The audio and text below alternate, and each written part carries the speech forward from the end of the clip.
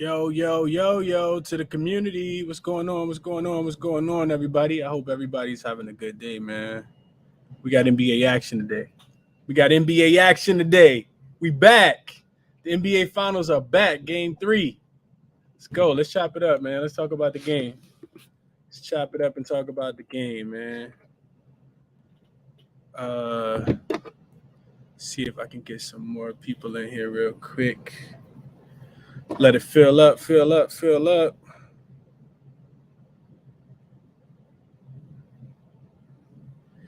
Yo, yo, yo, yo, to the community, man. What's going on? What's going on, everybody?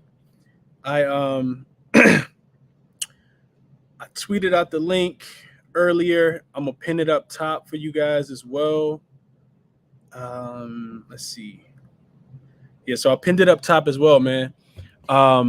The link is pinned up top. If you guys want to jump over to the YouTube live stream and engage with the Twitter the gambling Twitter community, the Twitter gambling community, whatever you want to call it. Feel free to use the link, man. Use the link. Hop on over there. Share your plays, share your looks, ask your questions, whatever it is, that we can do to collectively, just help each other become better. So I'm interested to hear from the community and interested to hear what you guys got for Game 3. It seems like these games come few and far between, man. So you really can't be out here losing because it takes a long time to win again. So I'm interested to hear from the community, man. I got a couple big announcements I want to make as well. Some reminders as well. Highest, I see you in the chat. What up, bro? How you doing, man? Ayo the GOAT, what's good? Chris, what's going on? What's up, bro? What's up, man? How you doing, bro? I'm excited. Yeah, I know I'm good. When it's a basketball game on, I'm trying to get to some money, man. I'm trying to get to some money, and that's what the spaces are for. If you're new, welcome, man. If this is your first time in the space, welcome. My name is ChrisBeCappinn. I handicap these NBA games slowly but surely transitioning into the MLB. We're going to have NFL spaces as well. We're just going to keep going, keep building as a community, keep growing. I always like to say we're on our way to the moon and we just put our seatbelt on. So we got a long way to go, man. Long way to go. I'm happy you guys are here. Appreciate you guys for rocking with me as always. We're going to get into it. I typically handicap these games, break them down as much as possible, try to find value using, analysis, using narratives, using trends, using psychological factors, anything that you can think of so that we can cash and make some money is what I'm looking for, right? So, that's who I am. I hold these Twitter spaces typically on daily basis when we have games to cap, and we just try to cash, man. I bring up some of the sharper minds in the gambling Twitter community. Some of them not that sharp. I will admit, everybody not sharp, but everybody do like to give out their plays, man. So I like to make it a platform for everybody. That's the community aspect. Everybody kind of gets to chime in and share what they like, and not only just share what they like, but also share why they like it. I'm more interested in knowing why you want to take the play versus just the play that you're taking, right? Because we need to be able to separate some fanship from actually being able to cash some of these tickets, man. Actually being able to cash some of these tickets. So I'm gonna let the room fill up just a tad bit more in about 2 or 3 minutes. We're gonna go ahead and get started, man. It's 5:37 Eastern time. So about 5:40, we're gonna go ahead and get started. But I'm gonna let the room fill up a little bit more. I'm gonna go ahead and keep talking. Go through the YouTube chat, see what's over here. Josh says Clay has a solid game tonight, over 19 and a half, over 19 and a half. Steph under 28 and a half. Tatum over 6.5 rebounds. Okay, Josh. Okay. Okay. Josh said he know how the game gonna go.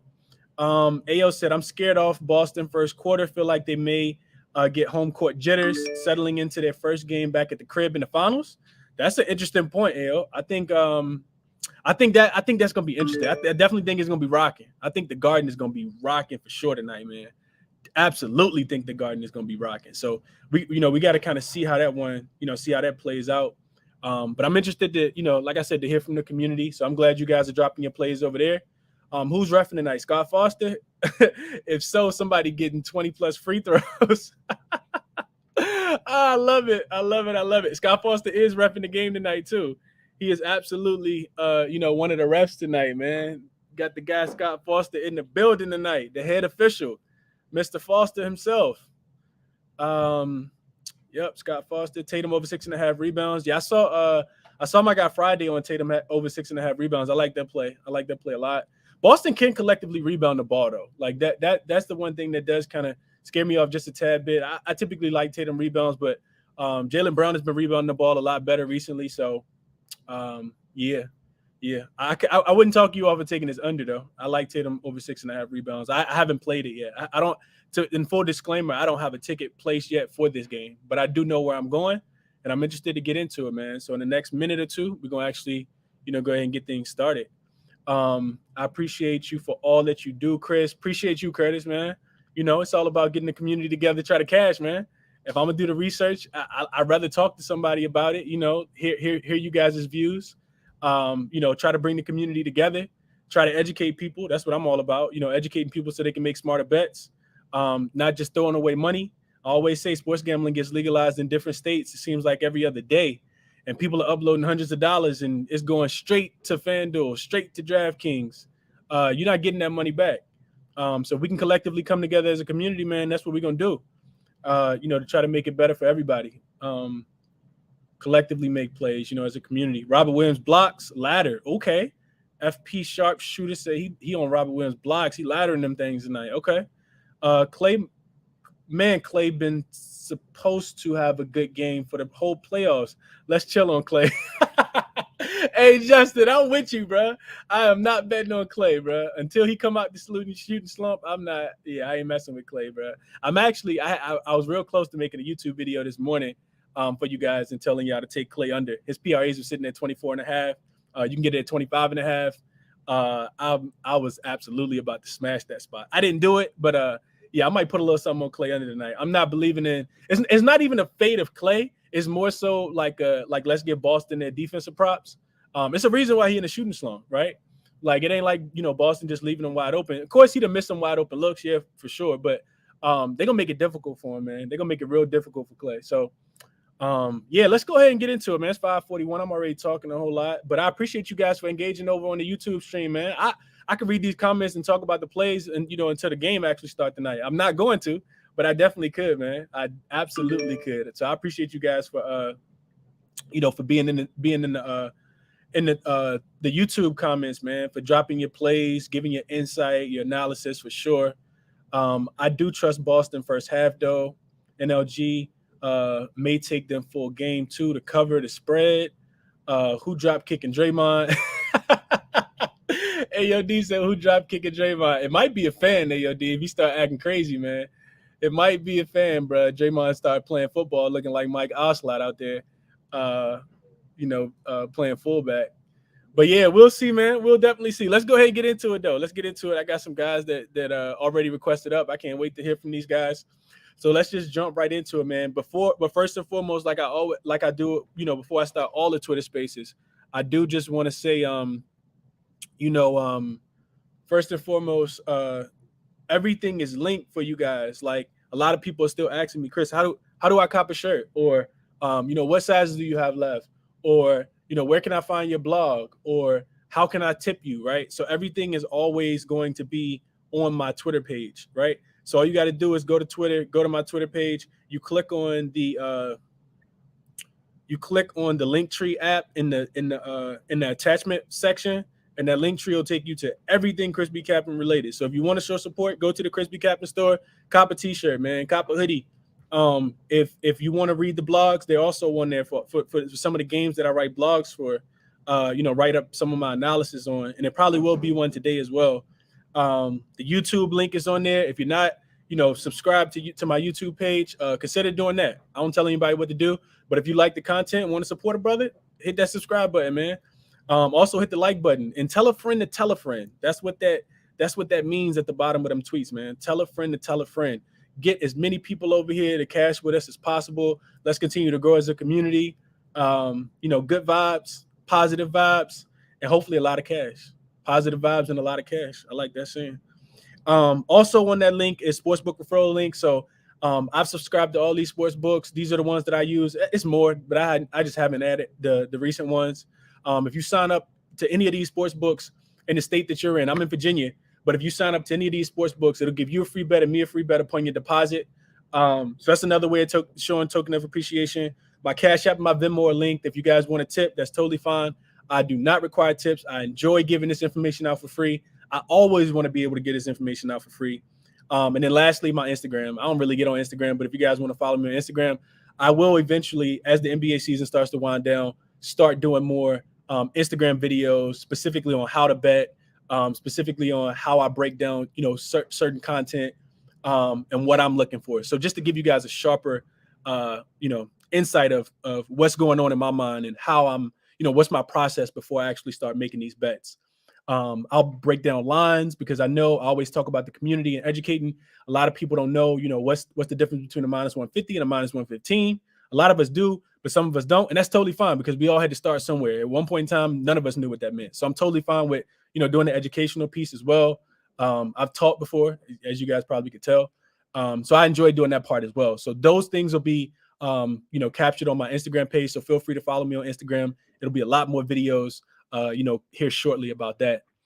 And then the last thing I wanted to announce, big announcement before we actually get started is myself and Mr. Ronald Kavon, the legend himself, have agreed to do a partnership with Chalkboard.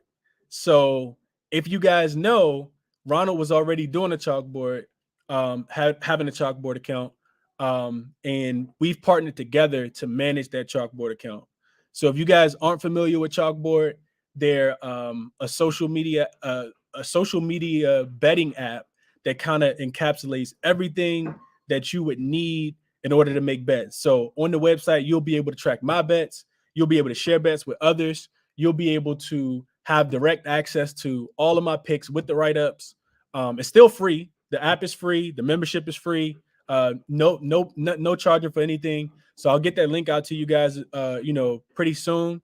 And it'll also, just have everything that you guys will need to ever be able to, kind of, look at any of my stuff. So super excited to work with a sharp like, Ronald Kavon. I think he's gonna hop into the Twitter space later, but he was a little busy at the beginning. So we talked about it earlier. Super excited to be able to announce that to you guys. It'll be a one-stop shop for all of my plays, all of Ronald plays. Just a lot. Me and Ronald have the same vision. We both are about educating, just sports gamblers in general, helping you guys make more informed decisions, brainstorming things together, and just providing that content for people. So super excited. That's like the biggest thing that I think maybe has happened in the sports gambling community for me. So I'll tweet that link out for you guys so you guys will have it. But shout out to Chalkboard, man. Really, like I said, really excited to work with them. And you guys will be able to, see my plays over there on Chalkboard, along with Ronald's plays as well, because Ronald will be over there, sharing his plays as well also. So let me get my phone on the charger so it don't die and Twitter Spaces don't just stop on us. But I think one other announcement real quick I want to make before we actually get into tonight's game, and that is going to be the meet and greet. So I've been telling people that, if you're in the DMV area, even if you're not, for real, I don't care, what area of the world you're in, if you like to, we are still doing the official ChrisBeCappinn community meet and greet in Richmond, Virginia at a sports bar on Friday for game 4. If you're interested, shoot me a DM. I'll let you know where I'll be at. Me and a couple of my homeboys will be there for sure. Get some food. If y'all want to have a drink, you can have a drink, but it's always business. We're trying to cash. So I'll probably do the Twitter space from the sports bar on Friday evening. But there will be a Twitter space, and we just gonna link. We're gonna link together, good vibes, kind of get the people out, get everybody kind of, together. I will have the ChrisBeCappinn t-shirts. So if people want to buy the t-shirts, they can get them. You guys can get them there. Have them with me in the whip. And that's that. I feel like I've been talking too long already, and I ain't even break the game down yet. So let's get into the actual game. Let's get into the game. Let me pull my notes up. And we can go ahead and get into the game. And then I'm gonna get some of the sharper minds up here in the gambling Twitter community as well. and we're gonna chop it up. We're gonna talk about the game. I'm interested to hear what you guys like. I was also tad bit upset that the game started so late, man. I really do not like these late start times. I feel like it just gives us more time to kind of sit around throughout the day, which is not necessarily the greatest thing all the time. But yeah, we can't control that, and we got to be grateful for what we do have. And we get a game of NBA basketball today, so I'm not complaining at all. I won't complain. Let's see. Let's get the notes pulled up, and we're gonna go ahead and get into it.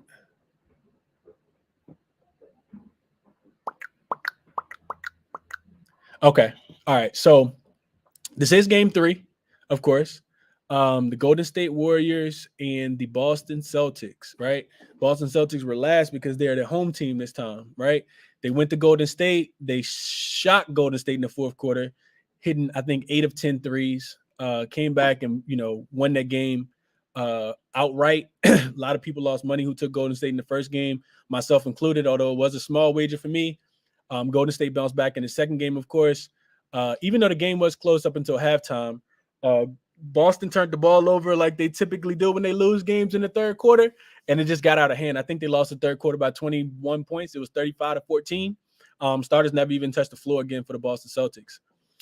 So in this game, we get a line that opened at 3.5. Like I said, Celtics are back at the crib this time. We get a line that opened at 3.5. Series tied 1-1. As far as injury stuff, let me go ahead and post that up top so you guys will be able to visually see that. And for the people who are joining the Twitter Spaces, are joining in late, they'll also be able to see the pinned tweets up top as well. But it looks like we got Robert Williams being questionable, Otto Porter Jr. questionable, Gary Payton II questionable. I honestly think all of those guys play.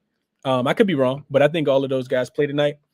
It's a pivotal game 3, and there's some kind of stat. I don't know exactly what it is right off the top of my head, but some kind of stat that shows that the team that win games 3 and the teams that win game 5, especially when the series are tied, 2-2 or 1-1, go on to win the series X amount of time, and that number is pretty big.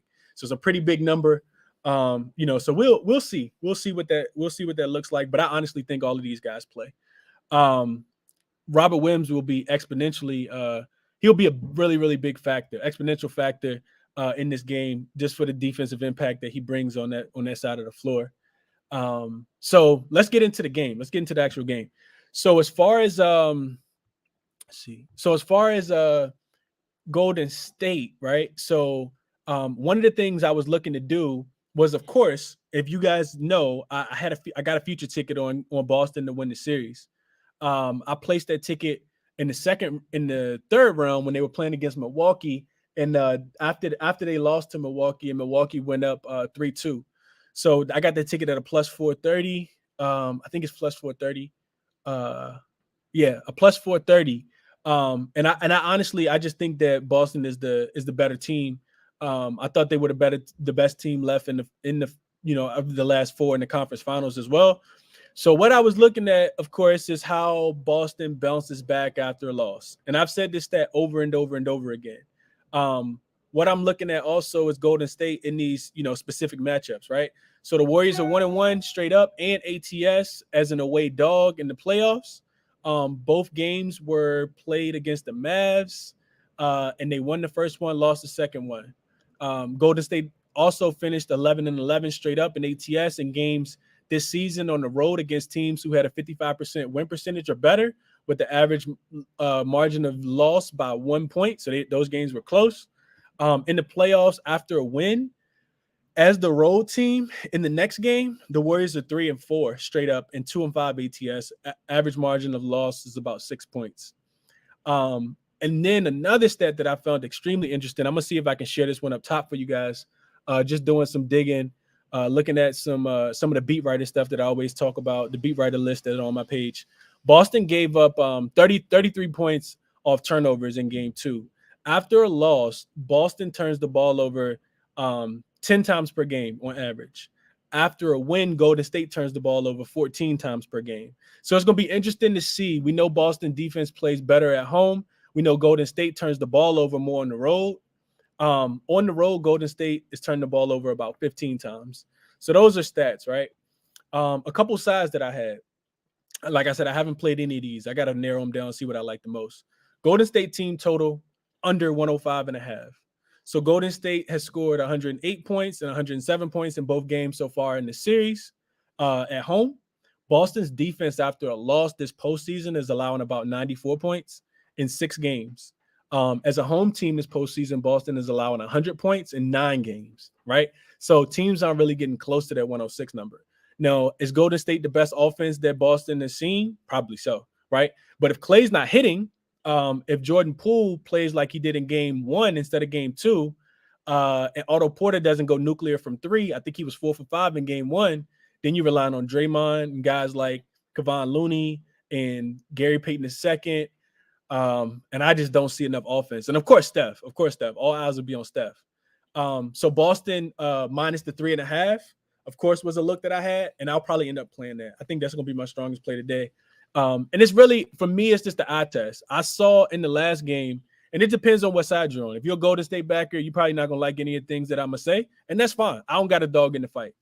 But for me, what I saw in the game was, and Jay actually talked about it on his show when we did it on Sunday. Jay Money, shout out to Jay Money. He said the whistle will be favorable for Golden State in this game. And that's what you saw. Jaylen Brown, I went back and rewatched the game. Jaylen Brown hit 2 threes early. Boston was actually giving it to Golden State if you were watching the game early. I think they were up 13-5 or 13-8 or something like that. 7-2, something like that. And he got the phantom call where they said that he pushed Gary Payton II in his back. And if you go back and watch the replay, he didn't touch him. Like it's not even debatable. He didn't touch his back. So I'm choosing to back Boston, based on the eye test, based on the numbers test, right? So after a loss in the postseason, I continue to talk about this stat because it continues to make me money. Boston is now 6-0 straight up. Average margin of victory is 16 points. They're winning the first quarter by 8. They're winning the first half by 14. Now, I don't know if they're going to win the first quarter by 8 and 14. This is the finals. I do expect some regression to the mean to a certain extent. But yeah, after a loss, of course, they didn't lose at all to the Nets, but they lost to, the Bucks. They lost to the Heat, and they bounced back every single time. I've been using the word resilient to talk about the Boston Celtics just because of their ability to be able to bounce back, right? So 6-0 straight up, and winning by average of 16 points, winning the first quarter by 8, winning the first half by about 14. As a home team in the playoffs, Boston is winning by 5 points, even though they're only 5-4 straight up and 4-5 ATS. Boston is 7-2 straight up and 8-1 in the playoffs this season when they turn the ball over 13 times or less. And I think that might be the biggest factor for me is Boston's ability to be able to not turn the ball over. When you think about physicality, right? Draymond Green really tried to assert his dominance in game 2, and the refs let him do so, right? We saw him tackle Grant Williams, be physical with Tatum, and they kind of got into it. Him and Jaylen Brown after the foul, he landed on Jaylen Brown. Jaylen Brown's legs landed on him. I think he kind of pushed him off, whatever. So you saw him try to, as Jaylen Brown said in the post game, try to muck up the game, right? He really tried to muck up the game, and I think it worked, right?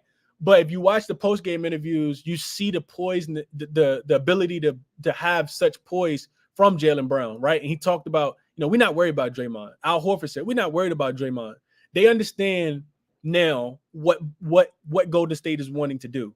And when I get back to that physicality part, because I don't think that the Golden State Warriors have always been a finesse team. Granted, they can play defense. Yes, they can really lock in. It's a reason why they're rated the second defensive team. And that's actually one of the leans that I had was to the under in this game as well, because I do think that Boston will be able to slow Golden State down. They don't score as many points on the road as they do at home. But not diverting away from my point, when you think about physicality, I think Boston has already played the more physical teams in the playoffs already. They've already made it through the Heat. The Heat are a lot more physical than Golden State. They've already made it through the Bucks. The Bucks were a lot more physical than Golden State. So I don't think that's going to work. The finesse, catch and shoot 3-pointers, that could beat Boston. But Golden State will have to get really, really high. And Boston has, I think they finished third in 3-point defense, allowing teams to only shoot about 36% from the field, from 3 in the second half of the season. So because they switch pretty much everything, and they have long, athletic defenders. I think Golden State won't be able to shoot the ball at a really, really high clip. We've watched Golden State kind of struggle to make three-pointers. In the third quarter, they did get hot. In both third quarters, they got hot, in game 1 and game 2. Do I expect that to change today? Yes. I do think that Udoka, the coaching staff, and the players understand that they cannot lose the third quarter by 15 points. It's just not going to bode well for them being able to win the game, right? So the turnover battle is something that correlates between win and loss for Boston, right? You turn the ball over more than 15 times, you lose the game. You turn the ball over less than 15 times, you win the game. And it sometimes it's really that simple. I want to put a stat up here real quick so you guys can see it. I don't want you guys to think I'm just making this stuff up, because I promise you I'm not. Here's the tweet right here. So if you're in the Twitter space, I just posted the stat up top. It's from Boston Sports Info. So it says, update: Celtics had 19 turnovers tonight, and this, of course, was after game 2. In the postseason, when they turn the ball over 15 times or less, they're 13-2. That's an 86% win percentage. When they turn the ball over 16 times or more, they're 0-5, right? And at the bottom, he just says, take care of the damn ball. And really, for me, it's that simple with Boston, because what happens when you turn the ball over, if you know the game, is that the other team typically gets easy opportunities. Golden State has one of the best offenses in the NBA. I agree. I think Steve Kerr does a really good job of, running those guys off screens and, backdoor cuts and, just having people, run towards the rim when the ball gets to the middle of the court, all of those different things. But at the end of the day, Boston is extremely talented on the defensive end. Extremely talented on the defensive end. So for all those reasons, I like Boston to win the game. I think I'll put a little something on the money line. I'm a late at 3.5 as well with Boston, but I'm also interested in Boston first quarter, first half. Not so much first quarter, because I know we almost got burned. If you took the 1.5 in game 2, then you lost. But Steph saved us, and we did win the first quarter by 1 point. And I told you guys to lock it in at 0.5. I had played it on FanDuel. So shout out to everybody who cashed on that bet. But getting back to this, I do think that Boston asserts themselves early in this game, and they are able to kind of match the energy from Golden State. We're so used to Golden State just coming out in the third quarter and doing whatever it is that they want to do. I just think that after that's happened twice already to Boston, they're probably not going to let it happen again. I don't think Udoka is going to let that happen again. So can the first half go a little different than we expect? Yeah, maybe the jitters, like somebody said in the top of the chat. Maybe we do see some jitters, but I'm just not thinking that Golden State is going to be able to do what they do in the third quarter, as they've typically been able to do it, right? So Boston money line, Boston first half, and Boston -3.5. I haven't placed any of those bets, but those are my favorite. I'll probably lay off the first quarter, even though I feel like they probably win the first quarter too. And this is that without me even checking the spread. This is just me psychologically. Like I said, the numbers say that Boston win the first quarter by 8 points. They win the first half by 14 points. So it's a bigger margin between first half and first quarter. Of course, Boston's probably only, -1.5 probably, because, what is it? The line is 3.5. So they're probably only 1.5, maybe even a half a point in the first quarter. Those first quarters are kind of wonky. So I'll probably stay out of the first quarter market today. But I couldn't talk anybody off of that play. As far as props, my favorite, and I haven't played this yet in either game, and I talked about it. If you guys were on here for the spaces that I did last Thursday, when the storm hit and I had to go to my family's house to do the spaces, I talked about Clay and his unders, right? I thought Clay would be the guy who had the bounce back game. And I talked about it earlier. I'm really interested in taking Clay under 24.5 points, rebounds, and assists. So he had 20 points, rebounds, and assists in game 1. He followed it up with 15 points, rebounds, and assists in game 2. That's playing 30 minutes in game 1, 39 minutes in game 2. He's shooting a combined 31% from the field, 26% from 3. I don't see him getting started on the road tonight in Boston. Maybe on the road, yes. Game 6 Clay is a real thing. The problem is this game 3. And if he sees one go down, yeah, he could get hot. But I just don't think – I think it's a reason why Clay isn't getting hot, right? Jaylen Brown is smothering this guy. Anybody who guards him understands the scouting report. They're not letting him shoot wide open threes. So Clay under 24.5, I really like that look a lot. Like I said, I haven't put that ticket in. I think FanDuel had it at minus under 24.5 under 102 when I checked one time. But then they also had Klay under 25.5 at minus 122. So I actually like both of those. He hasn't been rebounding the ball. He hasn't been getting assists. Boston is one of the better rebounding teams in the league. Klay doesn't even typically go down there to get those rebounds in this series. Maybe in previous series, yes. But I really like that. I project Klay to, maybe have 15 points and 2 assists and maybe 3 rebounds. And that's what, 20, right? So 24.5 seems like a steal to me. I don't think that Klay goes off in this game. Can he get hot? Yeah, he can blow this out the water. We've seen Klay destroy this number, but I don't think his lateral quickness is in his ability. I don't think he'll have the ability to get around players. And also just in conjunction with that under, I think a lot of players go under today because the total is set so low. Because I think the game goes under. I don't think a lot of players gonna hit their over today, right? To me, Golden State looks like a one-man band that Steph Curry and everybody just trying to get him the ball in situations where he can be successful. So that's just my take. I know a lot of people probably disagree with that, and that's fine. That's cool. We don't have to agree. But that's how I'm kind of seeing the game, kind of rewatching it. I like Jaylen Brown a lot. I think he's extremely aggressive. I know Jay talked about it on this show as well, but I'm a big backer of Jaylen Brown. Me and my guy knows the guy. Me and Friday actually talked about Jaylen Brown winning MVP. Before the series actually started, because we thought that Tatum would get a lot of attention, and he has gotten a lot of attention. He bounced back in the second game, but Tatum is back and forth, and if you look at it, Jaylen Brown has been extremely inconsistent throughout the regular season, but in the postseason, especially recently, Jaylen Brown has been really consistent. He's been extremely consistent, and a guy that they can kind of give the ball to. It's really hard to stay in front of him, especially when his jump shot's going in. He can walk you into the mid-range. He can pull up from 3. He can get to the rim. He can dunk on you. He can finish at the rim. He's starting to shoot free throws better after they lost that game because he couldn't shoot free throws in the last round. So yeah, I like Jaylen Brown a lot. Like I said, these are just plays that I'm looking at. I haven't locked any of this stuff in, but I will. I definitely will. So take with that information that I just shared with you guys and do what you may. Let's see. I'm gonna catch up in the chat and then I'm gonna come to my guys. I got a couple heavy hitters that I want to get to. I do try. Let's see, where were we at? Green over 4.5 assists and Wiggins over 4.5 rebounds. I actually like that look, Dave. I do think that Draymond's gonna try to get the guys involved, of course. And I think Wiggins hits his rebound prop. We won Draymond rebounds last game. He had 5 at halftime, I think. We took him at over 7.5, and I fully expected him to get there. But I didn't expect Boston to get blown out and Udoka to throw in the towel. So that game didn't go the way I thought it would. That whole ladder failed on him. So what else we got? Derek White been pre-game baby formula. Yeah, Derek White been balling, man. It was a stat I saw on Derek White before he had his baby, and then after.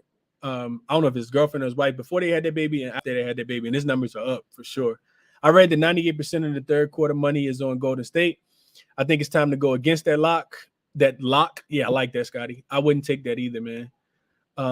Guy says, let's get to some money. Derek White over 1.5 threes. I couldn't talk you off of that.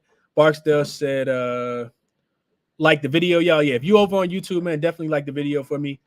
That's major. Appreciate all you do, Chris. Appreciate you as well, Kyle. I had a feeling Draymond will get ejected today. Wish you could add that as a prop bet. Yeah, what you can do, who is that? A kid named Coop.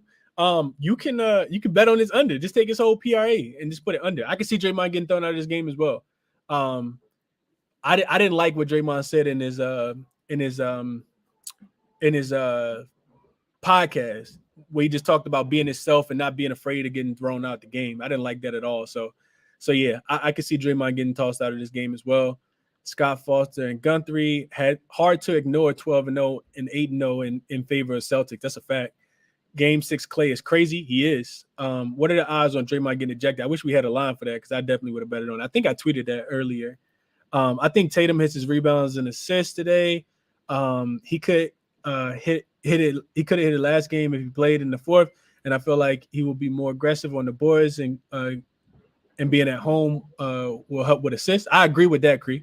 I do like that. And I think I was really close to playing that in the last game, and I laid off because I didn't want double player props. I've been telling you guys that I've been only doing small plays on player props just because player props have been extremely volatile, man. Especially when you get two teams that don't necessarily need one thing to happen for them to win. Like there was literally like I think only 2 player props that like points wise that hit for Golden State. I think Steph hit his over, Clay went under, I think Wiggins went under because the game was a blowout. So when you don't need certain things to happen, it's really hard to put money on that certain thing to happen, right? And the same thing with Boston. I know I was on, people who took anybody's rebounds fell short because everybody had 5 rebounds in the last game. I think Jaylen Brown, Jason Tatum, Robert Williams, Al Horford, all of them finished between like 5 and 6 rebounds. So that's something else, right? That's something else that you got to take into your capping as well. Does this player definitely need this to happen based on how I anticipate the game going?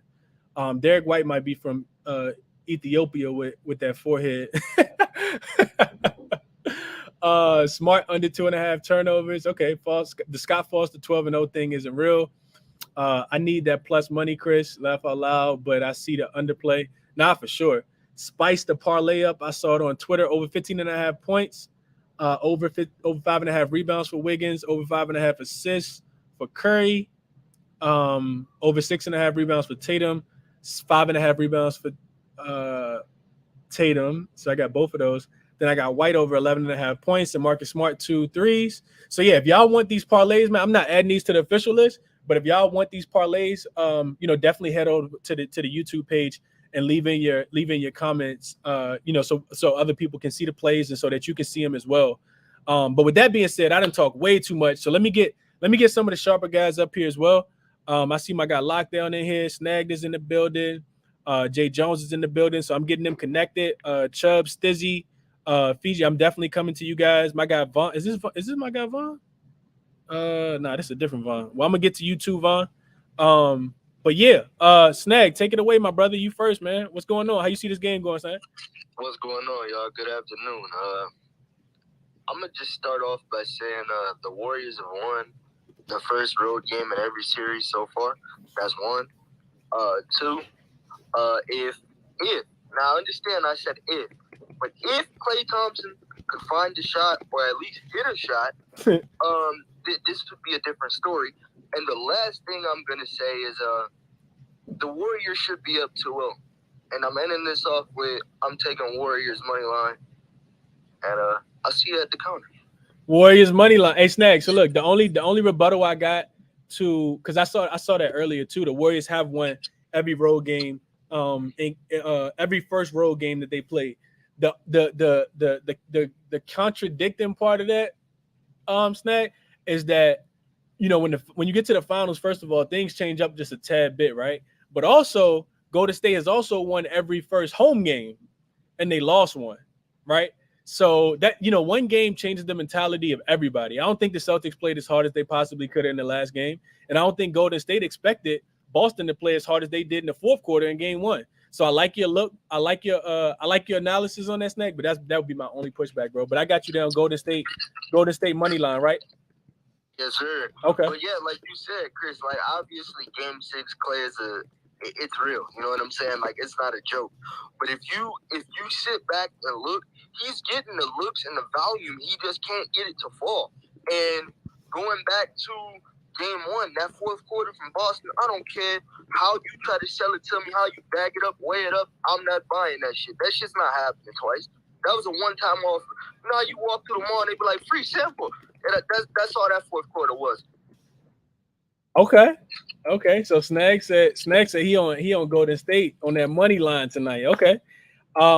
Appreciate you, Snag. Lockdown. I'm gonna come to you, and then I'm gonna get to my guy Jay Jones and Vaughn. What's up, Lockdown? What's up, man? How you doing? I'm good, bro. I'm good. What you thinking about this game, Lockdown? Well, first of all, how you doing, Lockdown? Then tell me what you thinking about this game. I'm doing all right, man. I'm doing all right. I'm getting ready for a vacation, so. Oh, that's fine. Fire. Okay. Right. Going to Bonnaroo. If anyone likes music festivals, that's exciting. So I'm hyped for that. I'm doing my defensive videos, so check those out if you guys like watching about the defense. That's one thing that led me to believe that, like, actually, I think it's better to go, for example, Draymond steals versus blocks, because I noticed he really, his blocks are not even at the rim. You know what I mean? He's all about help defense. So that was just one thing when I was studying the defense. And actually my first play that I'll talk about is Kavon Looney. I took him for one block. It's at plus money on DraftKings. I didn't even have it on FanDuel, the cowards. But I was actually, I was very almost close to pulling the trigger on his 2 blocks in game 2, because it was plus 510 on FanDuel. He ended up getting 1 and like 3 steals, I think. But yeah, I love Kavon Looney for at least 1 block and at plus money. I mean, if you actually didn't know this, he's gotten a block against the Celtics every game this year, including 3 in game 1 of the finals. So he seems to continue to get his minutes, like he at least for 20 minutes. You know what I mean? They seem to trust him out there. Great performance in game 2. So yeah, 1 block at 1 plus money. I took that for a unit. That's my first official. Are we giving out plays, man? Yeah, we are, right? Yeah, for sure. So I took that along with the steal thing that I was just talking about.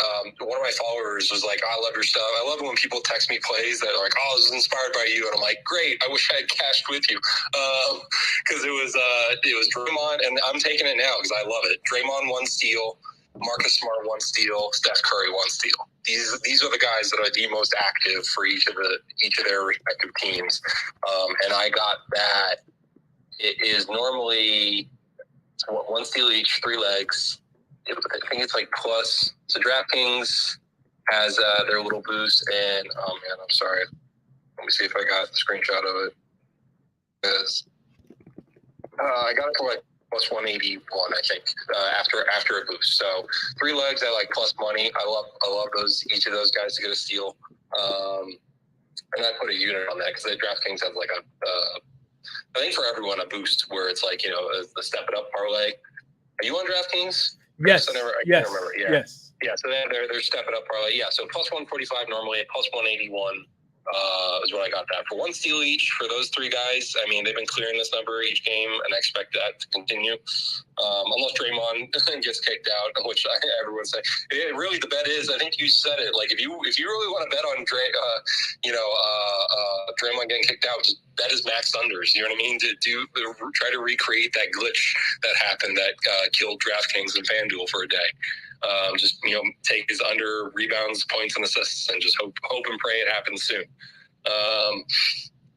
But yeah, so that was the second play. The third play I got was I'm taking Derek White. I don't know if anyone's mentioned that, but yeah. Oh yeah, I think someone talked about the birth of his father, right? Or the birth of his son. Gosh, his first time being a dad now. So that's awesome. I took his over early when they left his 12 points at plus money, and slowly changing. It's been slowly changing. Like, I think you can still get it at a reasonable price though, like minus 120 or minus 116 on DraftKings or FanDuel. But yeah, 12 points, Derek White. I think the fact that he got 30 minutes even in the blowout is like perfect, because even if the Celtics blow them out, I think he'll still play a little bit just to lead the backup units. And I always have a lean on his assists. He had like 7 potential assists. He may have only gotten 2, but obviously there was a blowout factor. So if this game's close, strong lean on his assists. I'm looking to put that in a parlay. So. Okay, so what was the official? Derek White, his points? 12 points. 12 points. Yeah, that's over 11 and a half. Okay. Yep. Okay, appreciate you, Lockdown. I hope you cash him, bro. Yeah, man. I'm gonna probably drop down and I'll listen. I'm gonna be working on the game 1. I did them out of order, but tomorrow I hope to release game 3 after it's done. So if anyone likes paying attention to steals and blocks, I'll be doing that tomorrow. Absolutely, bro. Absolutely. I'm gonna be checking that out, Lockdown, for sure. Thanks, man. Put out, and they was dope. They was dope too. Yeah. Thanks, man. Yeah, dude doing really good work, man. If y'all don't follow Lockdown for the defensive stuff, he's not just pulling this stuff out of his back pocket. Like, he really studied the game and analyzed it for sure. Lockdown need a FanDuel sponsorship. Yeah, for sure. That's a fact. That's a fact, Snag. That's a fact, bro. I'm just happy. I hope we continue to promote it, that they give it all season long next year, because they didn't do that. That'd be nice. That'd be nice. Sure. That's why I wanted to go make another account. Yeah. DraftKings was why I was on DraftKings and BetMGM all year. I'm like, well, they're giving me decent. Now FanDuel's doing it great, but then they still don't give you all the props. Why aren't they giving me Kavon Looney, man? Why are you cowards, man? I need that plus money. That's a fact. That's a fact. He's getting a goddamn block tonight. I'm telling you, you heard it here. Right. Let's see. Jay Jones, I think you was next, bro. I want to transition to you, and then I'm gonna get to NBA props, and I'm gonna go to my guy Vaughn. What's up? What's up, Jay? What's going on, bro? How you doing? I'm good, bro. How you doing today? Man, I can't complain, man. I told myself I wasn't gonna bet this series, man. I was just gonna sit back and enjoy it, but man, Jay, you went on mute. I don't know if you can hear me or not.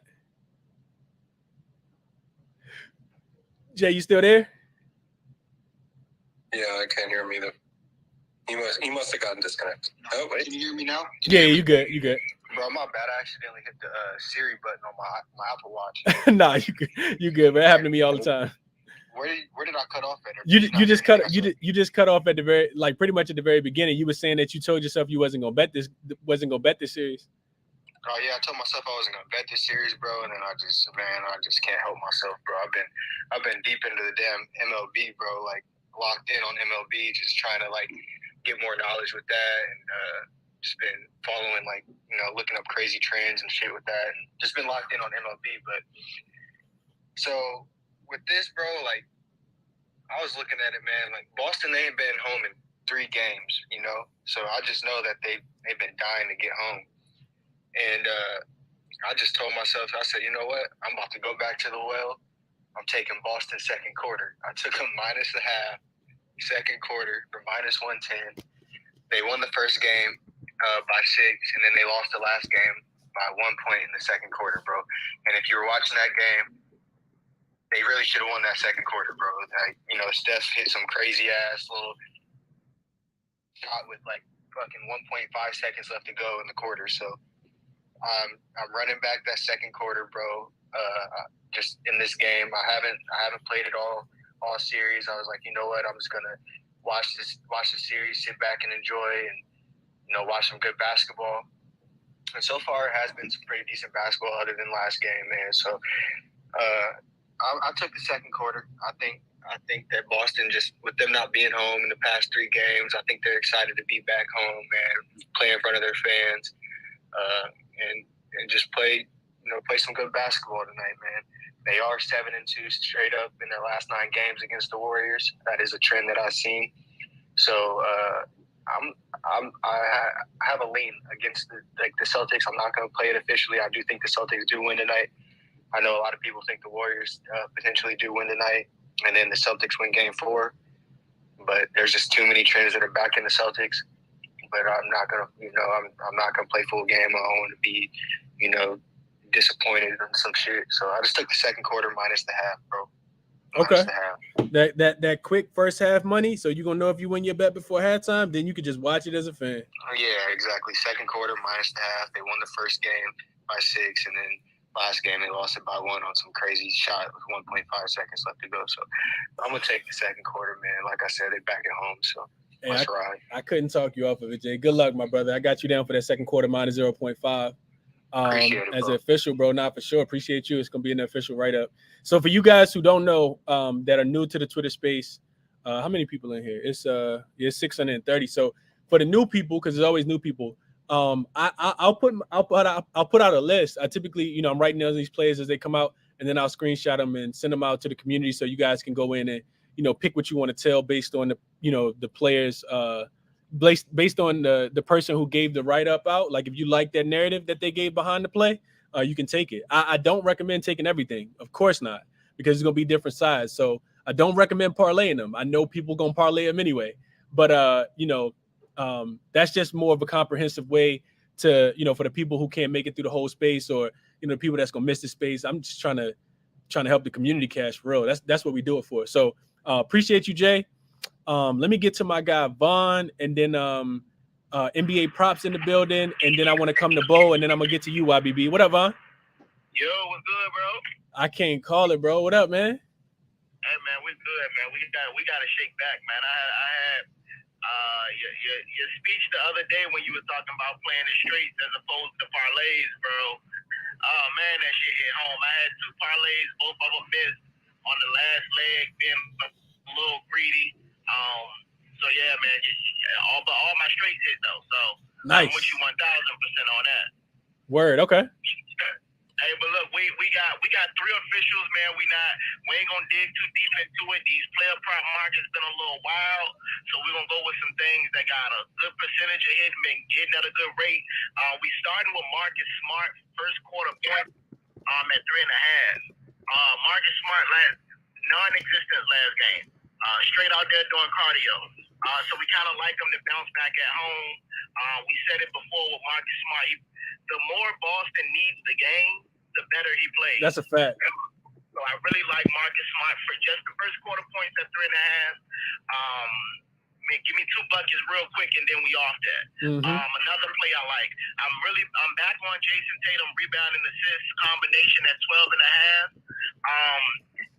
If you look at the first couple of games, he's rebounded the ball pretty good per 48 minutes. Last game he was on pace to hit, but it didn't hit because of the fucking blowout.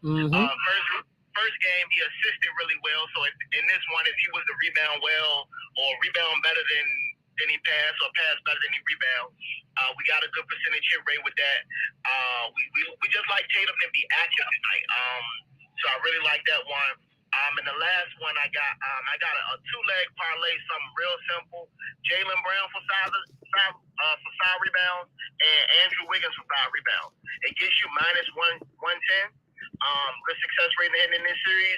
Again, the guards have been rebounding in this series pretty good for both teams. If you take out Jason Tatum in game 1, everyone has been pretty good with the exception of Clay. All the guards on both teams. So we're going with Andrew Wiggins and Jaylen Brown, parlay for 5 rebounds is -110. We're going to cash all 3 of these pretty good, man, and then we're going to sit back and we might find something live, but we ain't doing too much tonight. Three plays. I got a total of 3, a unit on each, and that's all we're rolling with tonight. I like it, Vaughn. I like it, bro. And I like that the parlay is so simple, too. You know what I mean? You got it at close to plus money, Vaughn. Hopefully that should definitely cash for you. Hopefully that cash for you. I like the Tatum rebounds and assist line a lot.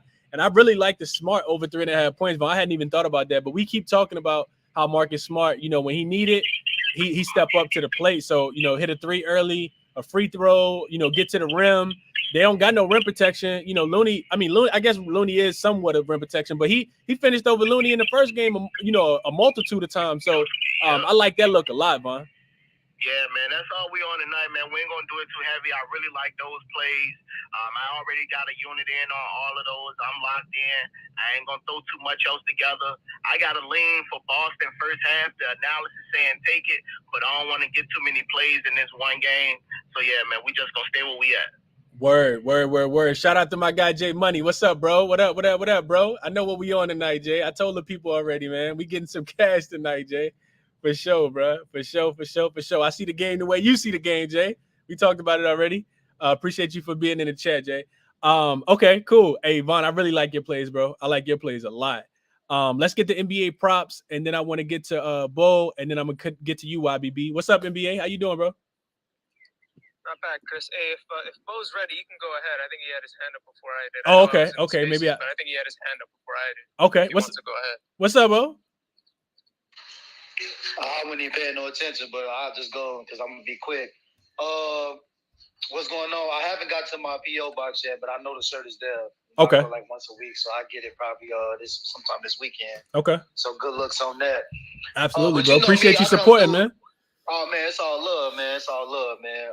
You know me, I come through with the spice for the parlay lovers, man. I got to, and I'm actually going to straight bet. Hold on, I got this damn instance I've been laying. I just got home. I'm usually in a van and shit. I got a straight bet that I like, that I'm actually in love with, that I'm actually going to ladder. And there's no success rate that we've seen in this series, but we know role players play better at home. And this guy ain't made an imprint on this series yet. And this guy I'm speaking of is Grant Williams. I knew it. Talk to the people, bro. And I'm going to tell you the reason why I'm playing is because I'm usually out working and I'm not able to watch the game. So if I come in and watch it, I'm watching, I'm in LA. I watch the game come on at 11 o'clock and, most of the time I go to sleep. But I actually was able to catch the entire game too. Grant Williams hasn't really done anything this series, and I'm going this route because of the injury to Robert Williams. He don't look good. Like, he'll come out there and give you a good 3-4 minute spurt, but you could tell, like, his knee is still aggravating him, and he's just fighting through it because it's the finals. So respect to that, but I'm having a hard time, playing that 10 rebound play that I was. So I pivoted over to Grant Williams. Grant Williams 4 rebounds right now is at let me see, 4 is at 180 and 6 is at 750. So I'm laddering both of those straight. Now I got the odds for both of those a little bit higher on my bet because I made them last night. So those are the 2 straights that I'm on, the Grant Williams rebounds ladder. 4 and 6. I think the opportunities will be there. He knocks some shots down. He should see the floor if he gets in rhythm and he's not in foul trouble. So I like that. And then, of course, I always come through with some spice, sugar and spice for my parlay lovers. I got 2 of them. 4 and 6 rebounds. I got 2 of them that I'm in love with. I'm having a hard time figuring out which leg is gonna, where is my ticket set? Okay, so this one I got at 12,542. I know the odds is crazy, but we gambling. Grant Williams 2 threes. Again, I got the Grant Williams 4 rebounds. Marcus Smart over 2.5 made threes. And then I got Al Horford over 15.5 alt points. I went this route because if you take Al Horford, yesterday when I was looking, his 15 was plus 220. But if you took him for over 15.5, it was plus 290. Hey, me, I like that spice. So I'm gonna take that extra, that extra little boost for it. So and it's only 1 more point. So if you're gonna play Al Horford for the 15, you might as well play him for the 16. That's that parlay. And then facilitator. So that's neither here or there, but Al Horford over 3.5 assists. I got Jordan Poole over 2.5. He might have hit it in game 2. Didn't hit it in game 1. I just think the Celtics are going to pay more attention to Jordan Poole. And if he's out there with Otto Porter and Gary Payton, second like I expect, he's going to 5 assists. Now, there's the tricky part. I got Marcus Smart for 4 threes, and I went back to the Grant Williams 2 threes. Again, like somebody just brought up, I think it was Vaughn. Marcus Smart comes to play when Boston needs to win. I'm not really caring who's going to win. Me personally, I think Golden State is going to win, but I don't care today and none of my bets. Hey, I'm all in player props. And then again, I got Grant Williams on there for 2 threes. I was looking for possibly a Peyton Pritchard or even Gary Payton second. Yeah, but neither of those guys were listed last night when I made these. And again, I'm expecting Grant Williams to have a bounce back game. If Grant Williams is going to have a game, it's going to be tonight. That's my personal opinion. So that's why I got him on the same ticket twice. So yeah, I know I might be burning myself, but I like both of those plays. So that one is 12-5-4-3, the odds. Okay, bro. Hey, I got them joints down. I got them down, bro. I hope you cash. I do think that Grant Williams can have a big impact. I think a lot of people probably, not thinking about him because he ain't made an impact yet. But you're right, coming back to the crib, especially like you said, with the increase in minutes, if Robert Williams, well, we know he's not 100%. Can you guys hear me? Yeah, can you hear me? I don't know, it just went kind of silent. Oh yeah, you might be breaking up just a tad bit. I can hear you though, bro. If you can hear me. But yeah, if you can hear me, bro, I like your plays a lot. Let me come to NBA props real quick. Yo, Bo, can you hear me? Nah, you can't hear me. I'm gonna remove you and try to get you back up. NBA props, the floor is yours, bro. Then I want to get to YBB and hear what my guy YBB got to say. And Monotone in the building too, but we're gonna go to Stizzy next and then Chubbs as well. What's up, NBA props? Hey, what's going on, Chris? How are you? I'm good, bro. How you doing? Not bad, man. I'm a little starstruck. I'm looking down in your spaces. I don't think you know we got a former baller in here. Actually, not former, but he's a baller. Who that? We got Nico Mannion, former Warrior, man. Oh, you know what, bro? I'm so Ciao, ragazzi. That's crazy. I'm so busy paying attention to the actual space. I didn't even have a chance to kind of stroll through it. That's so sick, man. I was looking. I'm like, that's not Nico. Hey, I'm tell like, her. wow. Hey, Nico, request. awesome. Hey, request up, bro. If you got a look on the game, man. I don't want to call him up, but I guess it's too late now. Right. Nah, for sure. Anyway, shit, man, shit's blowing up, Chris. It's awesome. Anyway, I think I did a bad thing. I over leveraged a little in this game, so God help me tonight. I got a few plays up. So my first play, it was with Prop Bomb. We collabed. We got Andrew Wiggins over 15.5 points. Natural regression spot for me. Last game got 11 points on 31 minutes. And in all the games before that game, where he's played 30 minutes or more in this playoff run, he's got hasn't scored less than 13, right? So in those games too, he hasn't gotten less than 5 rebounds. So one of the plays is 13 points and 5 rebound combo at minus 115 on FanDuel.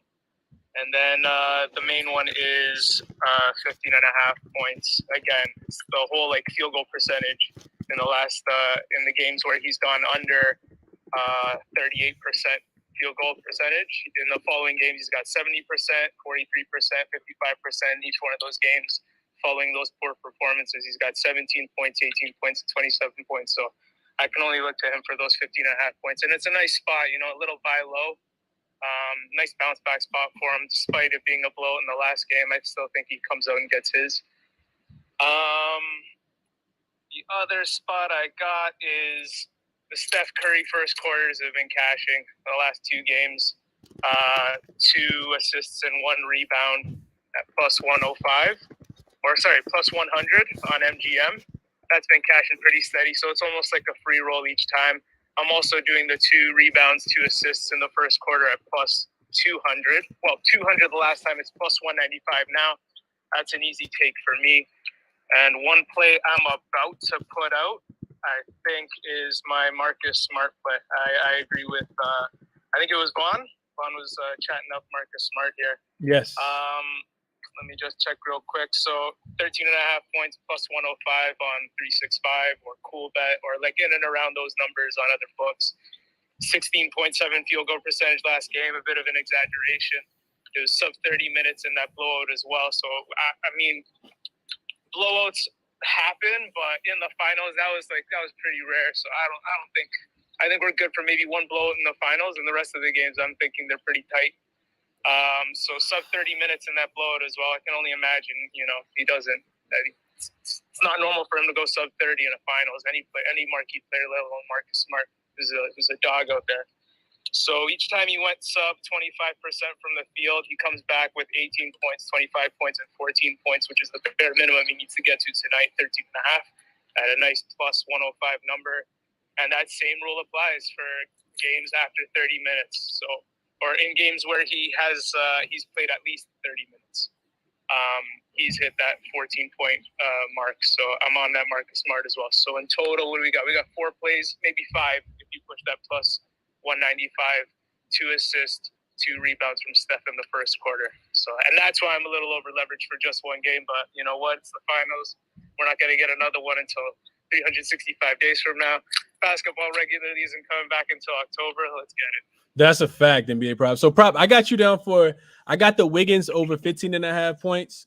I got the Wiggins over 13.5 points plus the 5 rebounds. And then I got Steph 2 assists in the first quarter, parlay with Steph 1 rebound in the first quarter. Yep. And then I also know you said you had Steph 2 assists with 2 rebounds in the first quarter, right? That's more of a personal play. Right. I didn't write. It's so juicy. Yeah, I didn't write that one down as an official NBA prop. So people gonna get that one is the people that's in here if they want to take that. And then what was the last one NBA prop? Because that's only 4, right? Just 13.5 points for Marcus Smart plus 105. Oh, Smart 13.5 points too. Okay, that's the one I missed. Yes. Okay. Yes, sir. Okay. Hey, appreciate you NBA props. Hey, if you guys are not following NBA props, dog, I've been following NBA props before I was ChrisBeCappinn. So that should just let you know what you need to know. The dude's extremely sharp. Typically gives out bangers. I would recommend giving him a follow for sure. Appreciate you, Cheers, NBA brother. props as always, bro. You definitely one of Cheers, the brother. originals, man. Keep doing your thing, man. Yes, sir. Appreciate you, bro. Appreciate you a lot. More than you ever know, NBA props. YBB, I want to come to you, and then I want to get to Stizzy and YT. I definitely want to get to you, and I know I got to get to you, Chubbs, as well. I got a couple requests as well. So if you request it, just hang tight if you can. I'm just definitely trying to get to everybody. But it's a bunch of people trying to give out takes. So YBB, my guy, the data trend expert. What's going on, YBB? How you see this game going, bro? Tell me something. Man, this game is gonna be good, man. But let me ask you something, Chris. Who do you think has more pressure tonight? Do you think it's the Celtics or the Warriors? I think it is the. I think it's the Celtics. No. I think it's the Warriors. Yeah, I do too, and I think they play well under pressure. So I don't know, man. This is a tough game for me to actually break down. I hate that we have to use like who's reffing the game as far as like for our capping. Right. It just I feel like it's almost just coincidence, but when it happens so repetitively, like it does, it just I don't know. It's more than that. These really strong trends. Yeah. Well, yeah, man. And you know what? Like, there's like. I don't have a lean on a full game side, okay? I don't know who's going to win. I think the fans win. Like, it's going to be a good game regardless of which side you're on. Okay. You can lose a bet and it can still be a good game. That's a fact, anyways, I have the Celtics in the first quarter, and I'm going to share a couple of trends, and they're going to be kind of pro-Celtics, and some of them are going to be anti-Celtics. So the first one is this. It's a playoff trend that I studied. Home teams that are off a double-digit loss, but they won the prior game by 10+ points. So that zigzag theory. Mm-hmm. They've gone 4-21 ATS in games 3 through 7. So in same series games, these guys are not doing the hottest ATS. But that first quarter margin looks really good. They're still covering that margin by 2. I took the Celtics -1.5 in the first quarter, so I feel a little bit of ease there. And the other thing is that supports my first quarter play is the Warriors are 2-13 ATS, and their last 15 as a dog when facing an opponent they held to below 41% shooting in a prior meeting. So all of this is just kind of leading me to the Celtics in the first quarter, and then my last supporting trend on that play is that the Celtics are 7-0 and first quarter ATS as a playoff home favorite coming off a double-digit loss. This goes back to the 2019 postseason, so that's just something I monitor. They come back home and play very well in that first quarter, but again, just the full game, there's too many dynamics. You can make an argument for either side. I don't know, man. Tough game to break down, like as far as a full game side, but yeah, for me, I'm taking the first quarter ATS for the Celtics. Ooh, hey, YBB, the trends that you run, bro, them just make me smile from ear to ear. And I know a lot of people probably think that's like nerdy trend stuff. I love that stuff, YBB. I love it, bro. Yeah, man. Like I like trends. I like numbers. I like stats. I build systems. If you guys follow me, I'll post some corny stuff sometimes on my page. But I don't know. That's what interests me, man. Like I like to just look at numbers for the most part. But it's that 4-21 ATS trend for home teams, that's going to keep me off the Celtics for the full game. But in that same sentence, those home teams are still covering that first quarter margin. So I feel comfort knowing that, even with the weak full game trend. So, yeah, there's a lot of it's just different dynamics. You're going to hear both sides of you're going to hear arguments for both sides tonight. So, yeah, you know what? I'm going to take Celtics first quarter ATS, and I'm okay with that. And after that, I have no idea. We've seen Celtics go crazy in the second half and come back and win. And I mean, Celtics, the Warriors. Yeah, I don't know. I don't feel comfort in a full game, to be honest here. Yeah. Hey, YBB, you said a lot of crazy analytical stuff that I think that's the reason why. Like, if you guys are listening in, man, that's why I like to do the show, because YBB is going to look at the game from a lot of different angles and trends. I've been, running SDQL since the end of the last game, probably since the fourth quarter, because I knew that the game was over already. So, like, even the trends that YBB just said, though, I'd never even thought about running those trends. That's why I like being able to get the community together, because we can pull so much more from other people's perspective, you know, especially when you don't got a dog in the fight. I'm a Laker fan. We don't got to talk about that. But you know, but Boston and Golden State, I don't got a dog in the fight, so it's easier for me to look at the game objectively versus being subjective because I don't have a dog in the fight. If you're a Golden State fan, of course you're gonna be pulling for your team. If you're a Boston team, of course they're gonna win tonight, right? But I love that you look at it from those trend perspective, YBB, and that's why I really enjoy having you on the show, bro. Appreciate you, man. Good luck on that first quarter.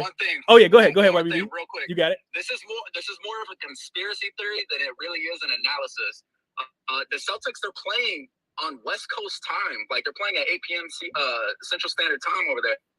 It's a lot later for the East Coast, and the home teams when they're starting at 7:30 Central Standard Time or later, they're actually 0-12 ATS. So, and this goes back to, you know, the Heat and Celtics as well when they had their 7:30 p.m. Start times, and the home team lost game 6, 7, 3.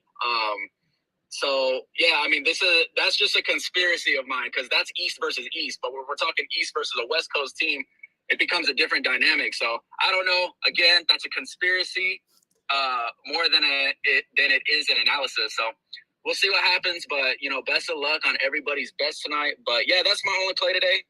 Well, actually, I mean, I have a small stab on the under too, but I like the Celtics more so in the first quarter than anything else in the game. So that's where I'm at tonight. Good luck, everybody, and thanks for having me on, Chris. Always, YBB. You always got a spot, bro. Appreciate the analysis for sure. Appreciate the analysis, bro. Good luck on your ticket. I like the first quarter too, YBB. I ain't placed it yet, but I like the first quarter. I like the first half too. So we'll see what happens, man. Like I said, I appreciate you being here, bro. I want to come back to Bo real quick before I move on to Stizzy and Chubbs and Fiji.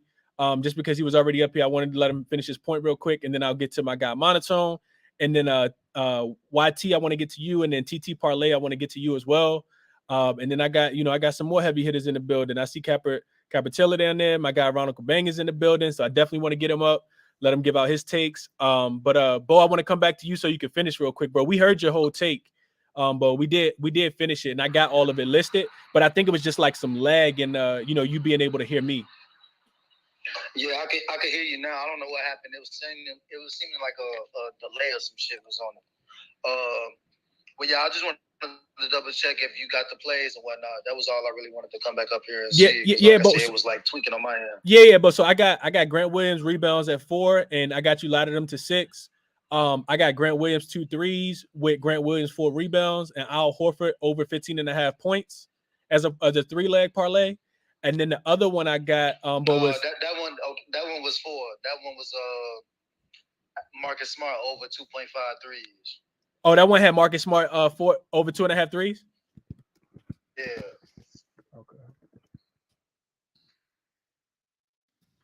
Okay, bet. All right, I got that one. And then the other one I had, Bo, was Horford over 3.5 assists, parlay with Poole over 2.5 assists, parlay with Marcus Smart 4 threes, parlay with Grant Williams 2 threes. Yep. That one's right? Yep. Okay. My guy. Hey, good luck, bro. As always, man. I hope you cash them, bro. Man, if anybody tell, man, good luck, man. Send them vibes up. I feel good about both of those. But yeah, that's all I wanted. Absolutely, bro. Absolutely, man. Good luck, and I appreciate you being here as always, bro. And definitely let me know, bro. Even if we don't got no game, hit me in a DM. Let me know what that how you feel about the shirt, bro. I'm really interested in getting reviews because I'm thinking about dropping some more shirts here soon. Because the first ones, did so good. The logo shirts did so good. But let me know what you think, bro. Interested to hear your opinion. You got a review site you got like a review thing on your website? Yes. There's a review section on the website, but I've been like screenshotting a lot of the responses that I get and then just posting them on there too. So whichever works better for you, my brother. All right, I got you. Say less. My guy, appreciate you, bro. All right, cool. So now let's move on to let's get this Stizzy real quick, Chubbs, Fiji, and then I want to come to my guy and YT, and then we'll come to Monotone. What's up, Stizzy?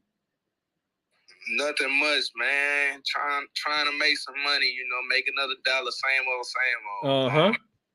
I'm gonna keep it very brief because somebody kind of gave my analysis already on one of the plays. Well, I don't have a lot of plays because I like to stay away from Moneyline and shit because a lot of times you never know what the line. It could be a trap. But I do agree with you with them covering the 3.5 because the Boston just. like you said, Boston bounces back well, and they're very resilient. You described it perfectly, so I don't even have to go into that. But my favorite play for the game has to be, just like I forgot who said it, but Grant Williams over 5.5 points. Why? First of all, that line is, I know he's been getting in foul trouble to most of the games this series, but that line is low even for him because it's nothing for him to get 2 threes. I mean, we've seen it happen in how many games. If he stays out of foul trouble, that's easily obtainable. And for the fact that you're not laying a lot of juice for it, I'm definitely leaning that. That's my one play for the day, though, Chris. You said, Stacey, was it? You said 5.5 or 6.5? It's 5.5. Ooh, so Grant Williams just to score 6 points. I'd have to die on my heels. I know he'd be getting foul trouble, but if he get it today, hey, shit, I'm just it's on me. I don't even think I saw his line there, Stacey. I like that, bro. Grant Williams to get 6 points. I like that a lot, bro. Okay. Hey. Yeah, because I tell people, a lot of times people hunt these bigger ones, and just like you were saying, like, because the way the defense is going to be played on the court, it's going to be a lot of unders that's going to end up hitting. And a lot of these overs that are low in points, that's what people need to be looking out for, because if you know somebody has the volume or they at least get a couple shots, like we've known Grant Williams over, I mean, yes, it's a different series with a different defensive tempo, but we've known Grant Williams over every game this season just about to at least get 4 or 5 shots minimum when he's on the court and not in foul trouble. So it's worth the juice. I mean, the juice is only 132 on my book, but so it's not that bad, but it's worth the money and the possibility of losing it because, I mean, it's 6 points. Come on now. I would say it's not that hard to get 6 points, but then we done seen players supposed to get 6 points and then get 5 fouls out of nowhere, so I can't really say that. Right. Hey, Stizzy, one thing I want to just say real quick before you leave is, bro, I really enjoyed that you got one play. Like I love that. YBB said the same thing. I love that you guys only got one play. Y'all not forcing a lot, and just kind of seeing what's gonna happen, man. So I love that, Stizzy. Good luck, bro. I hope you cash it. I like the look too. I think Grant Williams could get 6 points at the crib tonight for sure. Nice little bounce back spot. I'm glad that people are looking opposite of just the recent trends that's happened, in Golden State. Because we know Grant Williams can, score 15 points if he gets the opportunity to, and he's having a really good game. So love that look, Stacey. Good luck, bro. Good luck. Chubbs, I want to come to you. Fiji, I'm gonna come to you, and then YT, I'm gonna kick it to you. What's up, Chubbs? What is up, my brother? How you doing, man? I'm good, bro. How you doing? I'm doing fantastic, man. Got off work early.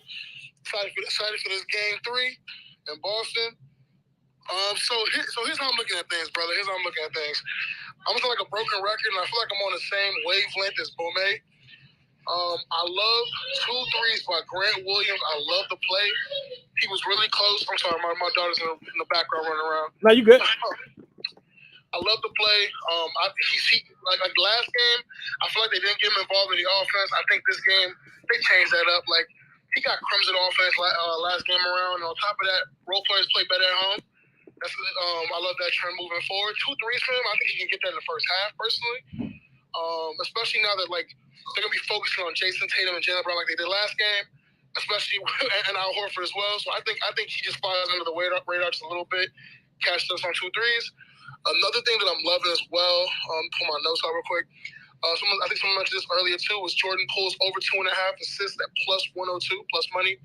Always love getting plus money. He's hit this 7 out of the last 10 games. I love that line personally.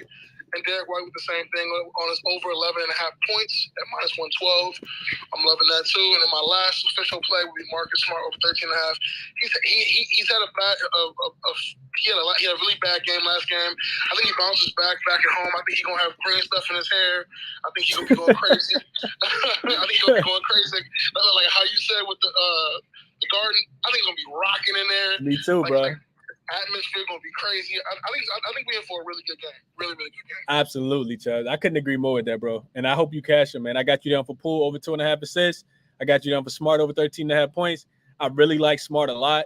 And I think, especially if Clay's struggling, I think Poole gets, a lot more playmaking opportunities. Because when you think about it, Golden State doesn't have that many ball handlers. Golden State doesn't have that many guys who can distribute the ball and make plays for others, is what I'll say. You have Steph Curry, of course. You have Draymond Green, but they're sagging off Draymond because they want him to be a scorer. So they're going to be looking for guys like Jordan Poole to get assists. Absolutely, Chubbs. Appreciate the looks, bro. And I hope you cash it, man.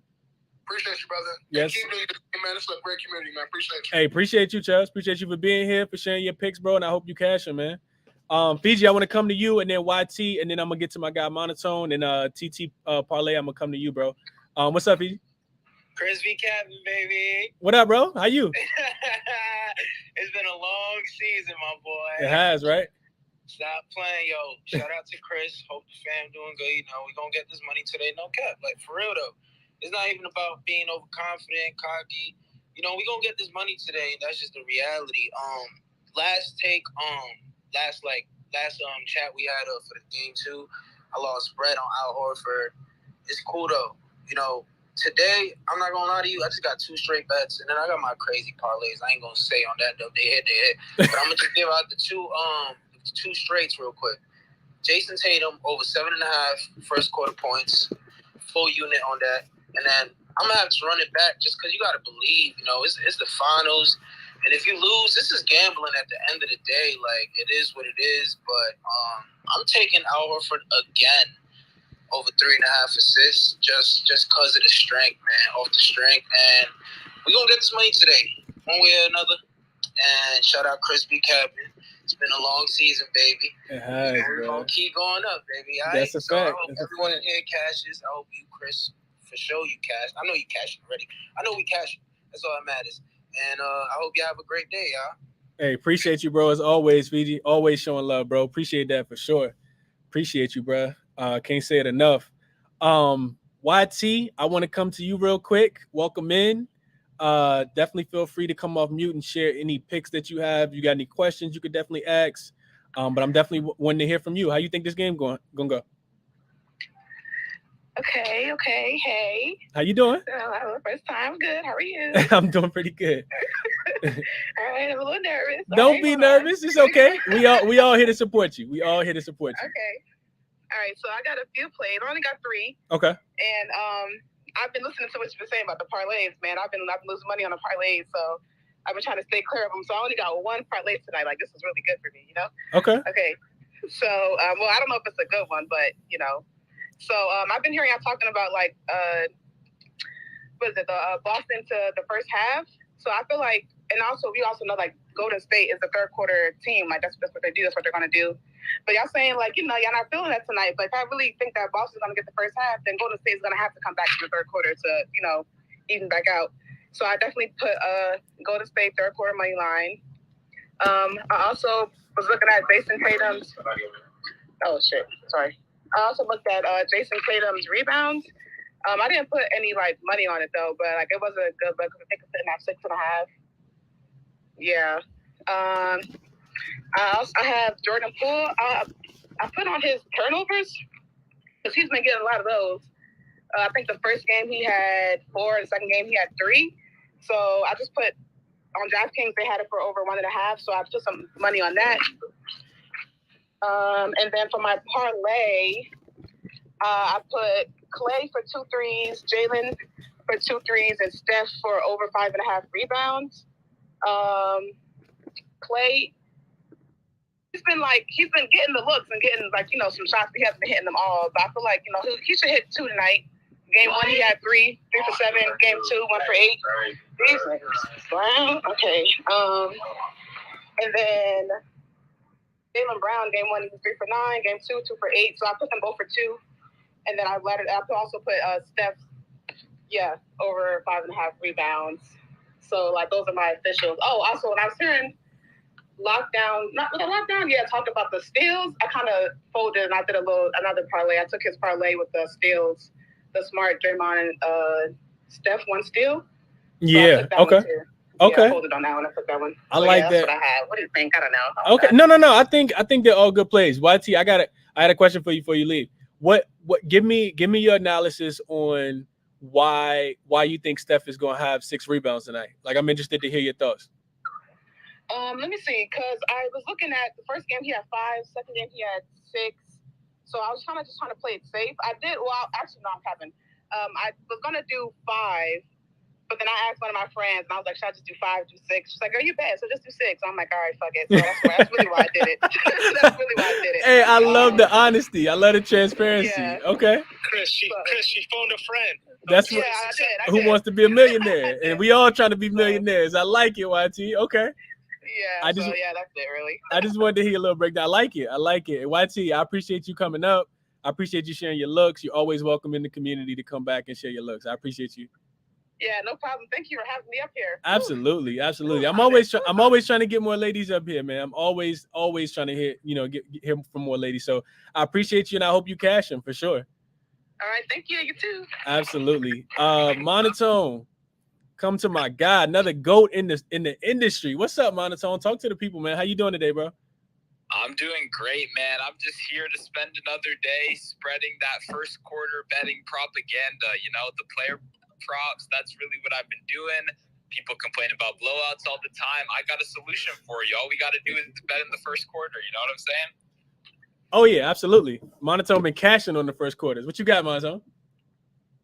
Yeah, so today my guys, Kavon Looney, by far have the most money on him out of anyone out there. I'm on his 2+ first quarter points and then 2+ first quarter rebounds. That's -110 over on DraftKings and MGM right now. Looney's been so consistent in the first quarter since he became a starter 9 games ago. He's hit 2+ first quarter rebounds in 9 out of 9 games. So he's cleared that in every single one. And then he's cleared 2+ first quarter points in 7 of 9 games. He had 0 in game number 1, but he went 0 for 3 in that game, right?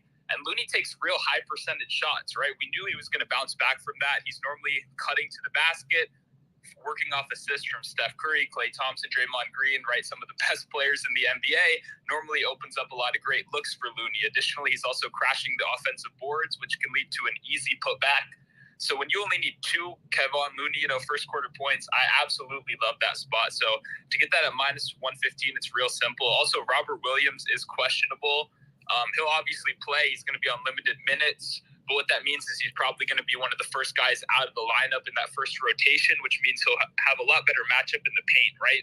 Looney's going to play 10 first quarter minutes. It's likely 4 of those will be with either Tice, who's most likely not going to play, or it's going to be Horford in the paint. It just opens up more opportunities for him to crash the boards, get those offensive rebounds, and score easy baskets. So absolutely love Looney in the first quarter today.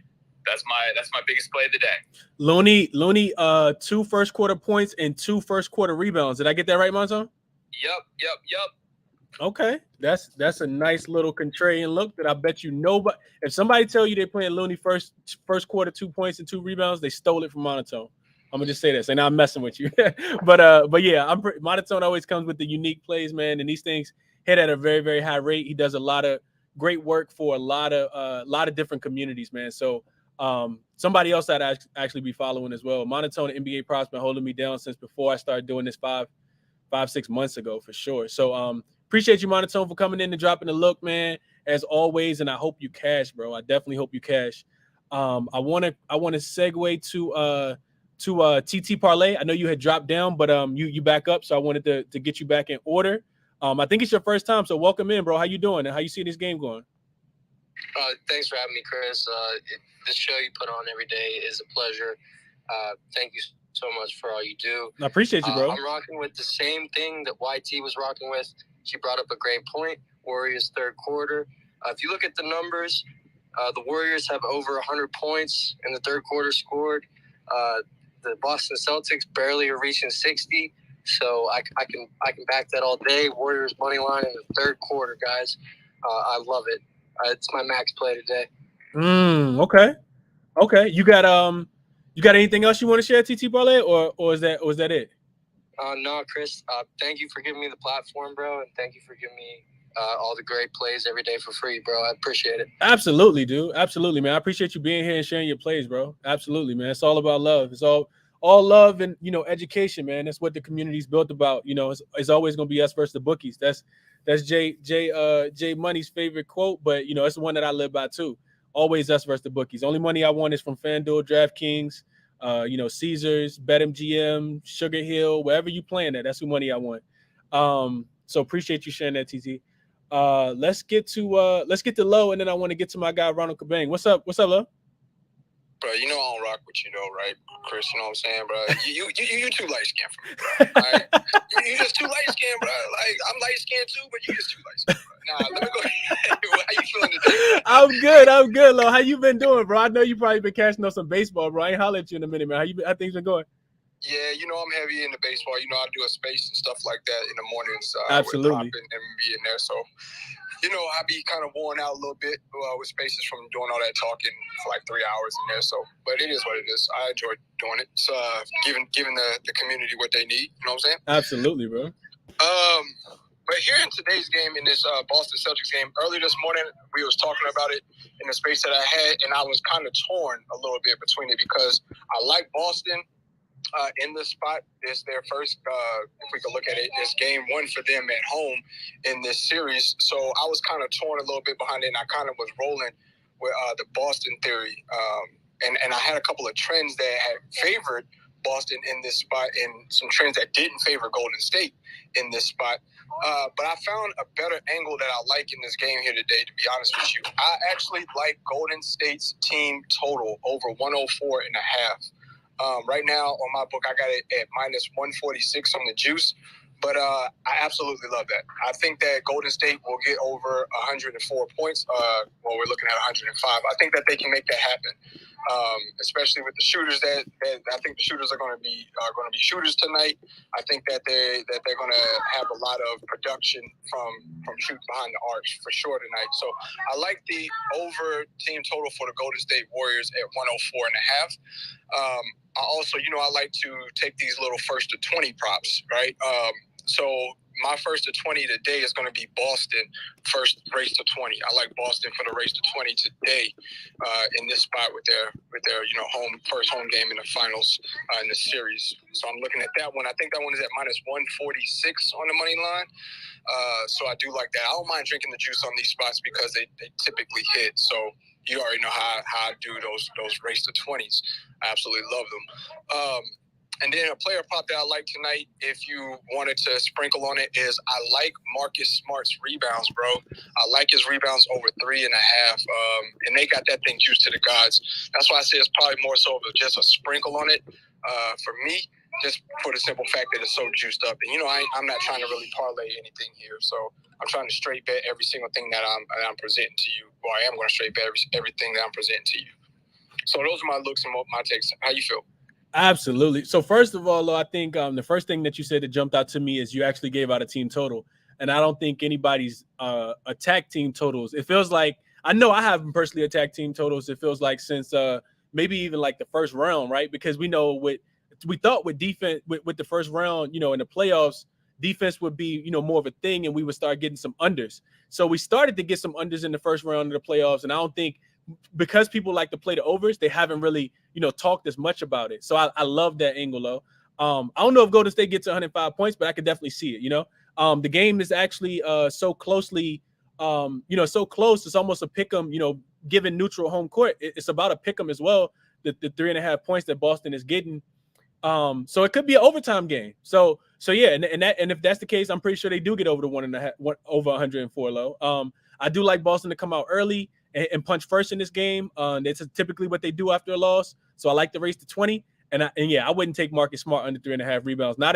I feel like Boston think this is a must-win game because they don't want to give home court back to Golden State in this matchup. So I definitely would not take his under 3.5 rebounds. I see him going down there being able to rebound the ball, especially if big Rob Williams isn't able to play as many minutes because of the injury. So I could, y'all know I could talk hours and hours about every single prop that I like, but I won't. I'll just say I like your plays, Lo, and I hope you cash them, bro. Appreciate that, Chris. As always, bro. I'm gonna drop back down, man, and listen to the show as usual. My guy. Good call, Lo. For sure, appreciate it. Yeah, for sure. Nico, I got Nico in the chat, bro. Nico, I know you're a warrior, man. But I'm interested to hear your take. You done been out there with the guys. You done played with some of these guys. This is a really, really exclusive look. Nico, talk to the people, man. The floor is yours. I'm done. Nah, you good, bro. I'm not gonna lie. It's a little late over here. We just got done with our game out here in Italy, so we had all that, and I wanted to get on here, just listen to what y'all were talking about. I mean, to be honest with you, I may be a little bit biased, but I'm definitely taking the Dubs tonight for sure.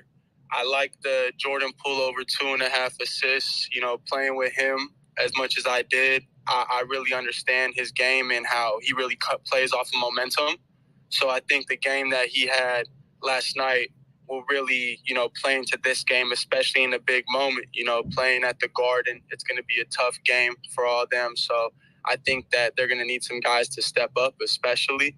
So I think JP is going to be one of those guys. So maybe him over 2.5 assists, a little Warriors money line in there. I don't bet like that, but if I did bet, that's what I'm going for sure. But, you know, I think Boston's a great team. The guys are hitting right now, and they're a tough team to stop when they hit like that.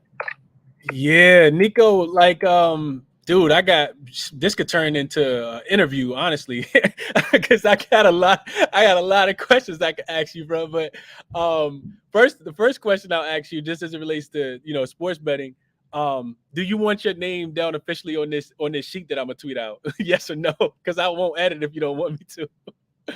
I'm not gonna lie to you. Maybe not. Got you.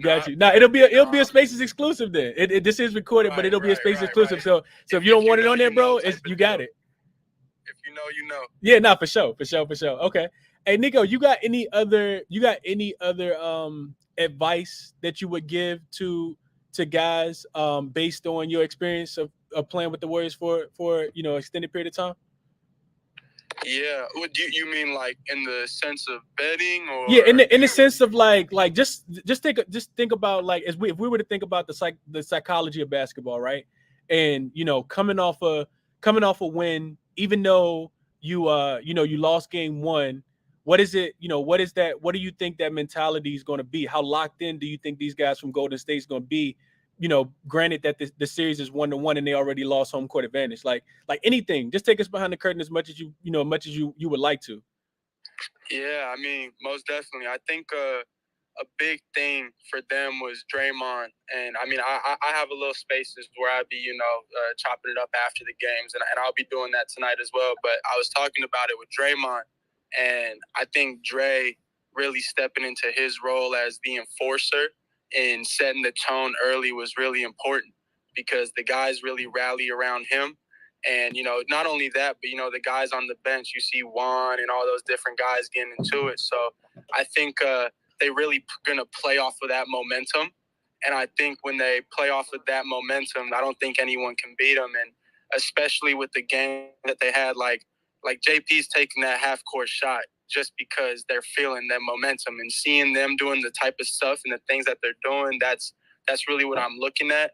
And they're a tough team to beat when they do that, man. So that's what it is for me. And, you know, just knowing those guys, they're so resilient and they don't really get knocked off of their game. It's pretty crazy to watch, actually. You know, they're just so consistent in what they do that I don't see them getting rattled off of this. I really see them taking this momentum and running with it. It's just hitting the shots at the rate that they are. There's no one in the NBA that can win a shootout with these guys in a 7-game series. And that's kind of what it looked like that it was turning into. And I think people got, you know, a little confused after game one, like, oh, like the Celtics can shoot like that too. But I think, you know, Steve Kerr did a great job with the game planning, switching on those screens, you know, letting Curry get a little action on Tatum here and there. So I think the game plan that they have now is perfect for the lineups that they're running. It's, you know, you got Gary Payton in there. He's switching everything. He's even guarding Tatum at times. So I think their game plan is amazing, and they're just going to be in a shootout. And if they're staying in the shootout, they're going to keep on winning. Hey, Nico, I appreciate the look, bro. That's inside information. Okay. Somebody that's played under Kerr, somebody that's played, you know, as teammates with these guys. And Nico, I didn't know you were gonna be here today, but I'm happy. I'm happy as hell that you're here, because that just only adds more to the show, bro. So I appreciate you, Nico. If you want to stay up here, you can. If I see you in this later, I might jump in your space, my brother. Appreciate you being here as always, though. Yeah, I was just gonna say I appreciate you having me up here, and I'm trying to, you know, get into the Twitter community and really bridge the gap, you know, for hoopers and like normal everyday people, and getting them involved in the conversation. And I think you know, especially with the time of year it is right now, I can definitely help with that. So, if you want to come through our space, I have Marquise Chris on there. We'll have a couple of high school guys and college guys that you guys can chop it up with. I don't want to say any names, but we got a top 5 player in the country coming. So, if you guys ever want to step inside of our minds, definitely slide through there. And I'm always happy. I'll be popping in here now that I know, I see you guys in here, and now we follow each other, Chris. So definitely, anytime you guys got a space, let me know. I'd always love to come in here and talk and, help you guys out. Absolutely, dude. Absolutely. Ronald, I see you came off mute. Did you have something, Ronald, that you wanted to ask Nico? Hey, Nico, can I ask you a quick, 2 questions real quick, if possible? Yeah, go ahead, my guy. Yeah, so first, Kerr second half adjustments. What you've been through it, right? Like, what does he say at halftime to get you guys going in that third quarter? Well, I mean, Kerr's a pretty calm and chill dude. He knows the guys on their team are kind of self-motivated. So, and we really rally behind Dre. That's the one thing I really noticed about the team. Like, I was sharing a story not too long ago when we got blown out by the Raptors, and we had basically, like, none of our starters were playing. It was like me, JP, a couple of the other bench guys. And, after the game, Dre got in there and he started screaming at everybody. He was like, look, even though they got blown out by 50, I see you guys on the bench with your heads down, not, engaged with the game and all that. So Dre's really the one who everyone kind of rallies around. So I wouldn't be surprised if, Dre was in there getting expressive and yelling in there. Kerr don't really got to say it that much all that often. When you guys get the game plan, you get the scouting reports, you figure out what you got to do. And then, from there, we all just get around each other. And I think it speaks to the character of the team. You can kind of see it on the court, like all the guys really love each other. So we all just feed off of each other. And, even though Kerr makes great adjustments and all that, it really comes down to the guys really buying in together. Damn, that was a good-ass answer. I know. Last one, too. You touched on Jordan Poole and sort of the momentum that he picked up towards the end of this game, too. I think a lot of people was kind of putting him down prior to the series here, thinking that, Boston's defense is all this and all that, and that Poole wasn't going to make the type of adjustments to be able to make to be effective in this series. Is that type of momentum? Can he bring that from game to game, or is that something that you have to kind of build through from the beginning of the game to the end of the game? Yeah, no, I hear you exactly what you're saying. No, for sure. I mean, the one thing, and last year we were playing in the bubble together, me and JP, and the one thing that I really realized playing with him is JP don't really give a fuck about nothing. That dude could go miss 10 shots in a row, and he'll take the next 10 like he made the last 10. And I think that type of mentality really, really translates. And although it's life, it's basketball. You're gonna have games where you don't play well, and then everyone's the media is gonna get on you, and they're gonna say he's not experienced or whatever it may be. But there's one thing I can tell you for sure is that dude does not give a fuck about any of that. He's out there doing his thing and being confident no matter what. So that's why I think having a game like this for him really sets the tone. And when he gets in that zone, like everyone on our team even knows too, like once he gets in that zone, let him work and do his thing. And I think that momentum is definitely going to carry over. And I don't think that any of that outside noise or anything like that is affecting him whatsoever. So he's going to go out there and kill for sure, especially after having a good game, But yeah, he's not one of those guys that really needs much. He's always on his stuff, and he's just a confident dude. That's really who he is, and he's got a lot of personality, and it shows on the court. So, people have their own opinions and all that, but he's going to get it done, especially with the momentum he had. Like, when I seen him shoot that half-court shot, I was like, man, that dude JP's him. Like, having that type of confidence in the NBA Finals, there's not that many people on this earth that would take that shot, but he's one of the guys that would do it. So I think the momentum that he's going to bring from the last game, and Dre and all those different guys that were on their game, it's going to be infectious across everybody. So definitely JP's one of those guys that once he has one good game, he's going to rattle off a couple more. So I'll be excited to watch, and I know Duka's a great coach, or Ime, and I wouldn't be surprised to see him make those adjustments because, I wouldn't be surprised if he knows, like everyone in the league knows, JP gets hot, it's going to be a tough night for you to outshoot him. So I think that, they might make some adjustments and try to, get him off of the ball a little bit more if they can. But for the most part, I don't see him having a problem tonight and rattling off the momentum from the last game and, continuing it forward throughout the rest of the series. Hey, appreciate that, Nico. I got one more question for you if you got time to answer one more, and then we'll get back to regularly scheduled programming. I got time for one more, and then I got to sleep before this game. My God, appreciate you, Nico. So this actually isn't even for me. Somebody in the Twitter chat, in the YouTube chat said ask him about Klay, and that's really all the message says. So I'm just interested. What can you? We know Klay's going through like a shooting. He's in a slump right now, shooting the ball. I think I gave a stat out earlier about 21% from three right now. We know Boston is a really good team at being able to switch. They're not giving him a lot of wide open looks, and the ones that he has gotten, he hasn't been able to really capitalize on those. So I got 31% from the field, 21% from three in both for the first two home games. We know Klay is extremely motivated to be in a spot like this, to be back in the finals. He's worked his way back from two lower leg injuries that could have devastated his career. And, a lot of the times in the past, those players may not have come back from those injuries. So what can you tell us, I guess, Nico, about Klay? It could be quick, but what would you say about Klay in a spot like this tonight? Yeah, most definitely. I mean, Klay is one of the most resilient guys, I would say, in the NBA, doing what he did with having his injuries. Like you said, a lot of guys don't come back from it, but he's different. He's super locked in. I think what separates him from a lot of guys is it's a mentality thing. And, I reached out to him earlier in the playoffs. I think it was when they were playing Denver. And, I was talking to him. I wanted to get on the phone with him. And he's like, man, I'm not going to lie to you. I'm really locked in right now. So I think that just kind of speaks to his character. And, he's always going to figure it out. Regardless of what anyone says, he's going to go down as one of the greatest shooters of all time. And, I know you guys were in here talking about statistics earlier. And, it's likely that he's going to revert back to his old self.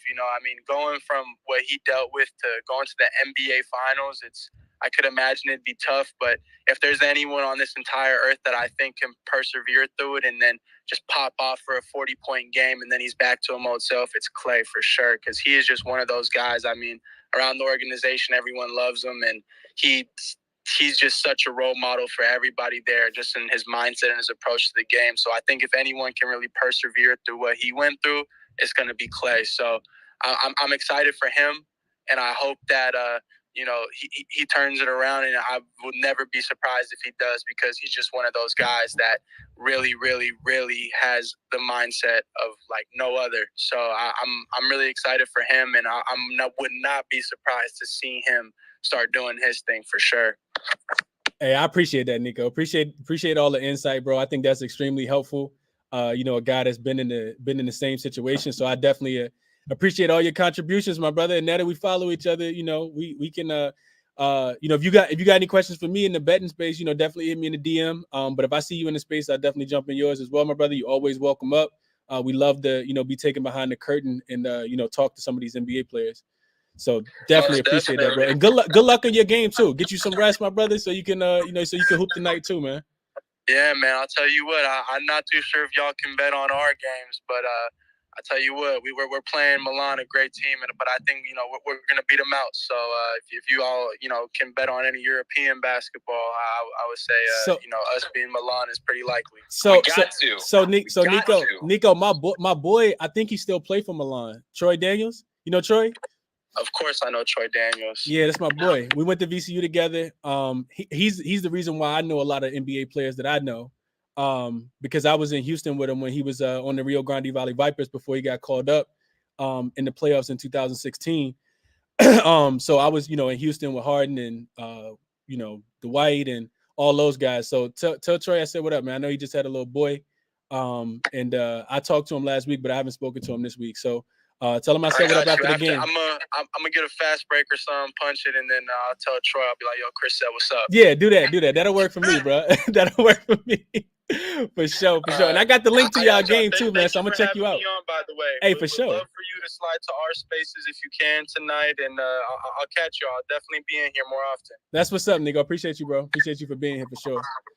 All right, cool. Let me get back to my guy Ronald. I think Ronald was next. Daily Uncut is in the building, VG in the building, Planet in the building, Capitell in the building, Sosa here. So yeah, we got some more takes to get to for sure. Ronald, I talked about the partnership, man. I don't know if a lot of people was in here, but I did, spill the beans about about us collabing to me joining you on the chalkboard side of things, and how grateful we are to be able to build upon that community over there, and how grateful I am to be able to do that as well. I haven't shared the tweet yet, but I did tell the people that it was official, Ronald. We together now on the chalkboard side of things. Yeah, so man, take it away, Ronald. Really, the floor is yours, bro. Yeah, really excited for that, because I think we both are in line with how we want to build a community, right? Just positive, fun, and just overall, we all just want to cash, right? We're all on the same side here, and that's the type of community that we want to build. And it really starts with this space here, and how you've grown this space, and how you run this space, by giving everyone a voice, and that's what we want to do in Chalkboard as well. So I mean, that's really all that I had to add to that and the partnership here, and I'm really excited for what we're going to build in the near future here. Going to this game here, dude, what just happened here with Nico was dope as hell, because the whole psychology part of basketball and the betting here is something that a lot of people don't think about, and that's some of the questions that I brought up to him, was the momentum for Jordan Poole. And the halftime adjustments were things that I really wanted to understand from behind the curtain, like you mentioned. So that was dope to hear. Going into this game, though, I talked about this on Jay's show today. A lot of the things to me are pointing towards the Celtics first quarter and first half. Those are the ways that I'm looking here, and I look towards the full game under as well. I'm not touching. I know Jay is on the trifecta here, but I don't think I'm gonna touch the full game. I do like the Warriors and how they make those adjustments here, and that's why I asked that question to Nico. But first quarter, first half here, looking at how Celtics do after turning the ball over more than 15 times in a game. They're 14-6-1 to the under. Average first quarter margins +6. Average first half margin is around the same, +6.5, +7. If you add that they're the home favorite like they are today, first quarter margin is a little bit larger, +7.3. First half margin is +8.3. And the other thing that I was looking at too was travel, going from west to east for both teams here. So I wanted to see how Celtics go from a non-conference road game, so from a Western Conference team to a home game. They actually perform pretty well in these situations, 5-1 straight up, 4-2 against the spread. Average first quarter margin +4. Average first half margin +7. Full game margin, if we want to look at that, is +13 in those situations. So it's not a big sample size, but it is telling how they travel. Warriors, on the other hand, going from a home game to a non-conference road game, so going west to east, 0-3 straight up, 0-3 against the spread. All three games going towards the under. So that and all three games they were a favorite, right? And in the first quarter margin, they were down -4. So those things are telling me that Boston here is the way to go early, first quarter, first half. Another thing to think about too is just Warriors. We were just coming from when the Warriors were at home. We always thought Warriors take advantage at home. That's where they live.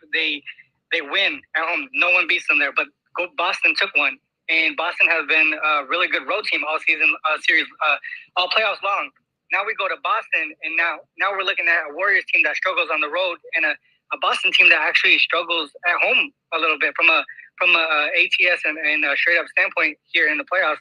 In the playoffs, the Warriors have struggled 3-4 straight up, 2-5 against the spread. Average first quarter margin -4.4. Average first half margin -7.7. Everything to me is pointing towards Celtics early, and but like I said, those adjustments that they make at half. And the fact that these players here, like Nico said, Clay, Poole, these guys can pick up momentum like that just off of making a three-pointer. So that's just the type of makeup the Warriors have, and I want to avoid in the second half. if Boston can dominate the third quarter here in this game specifically, then it'll give me some trust to play them a full game.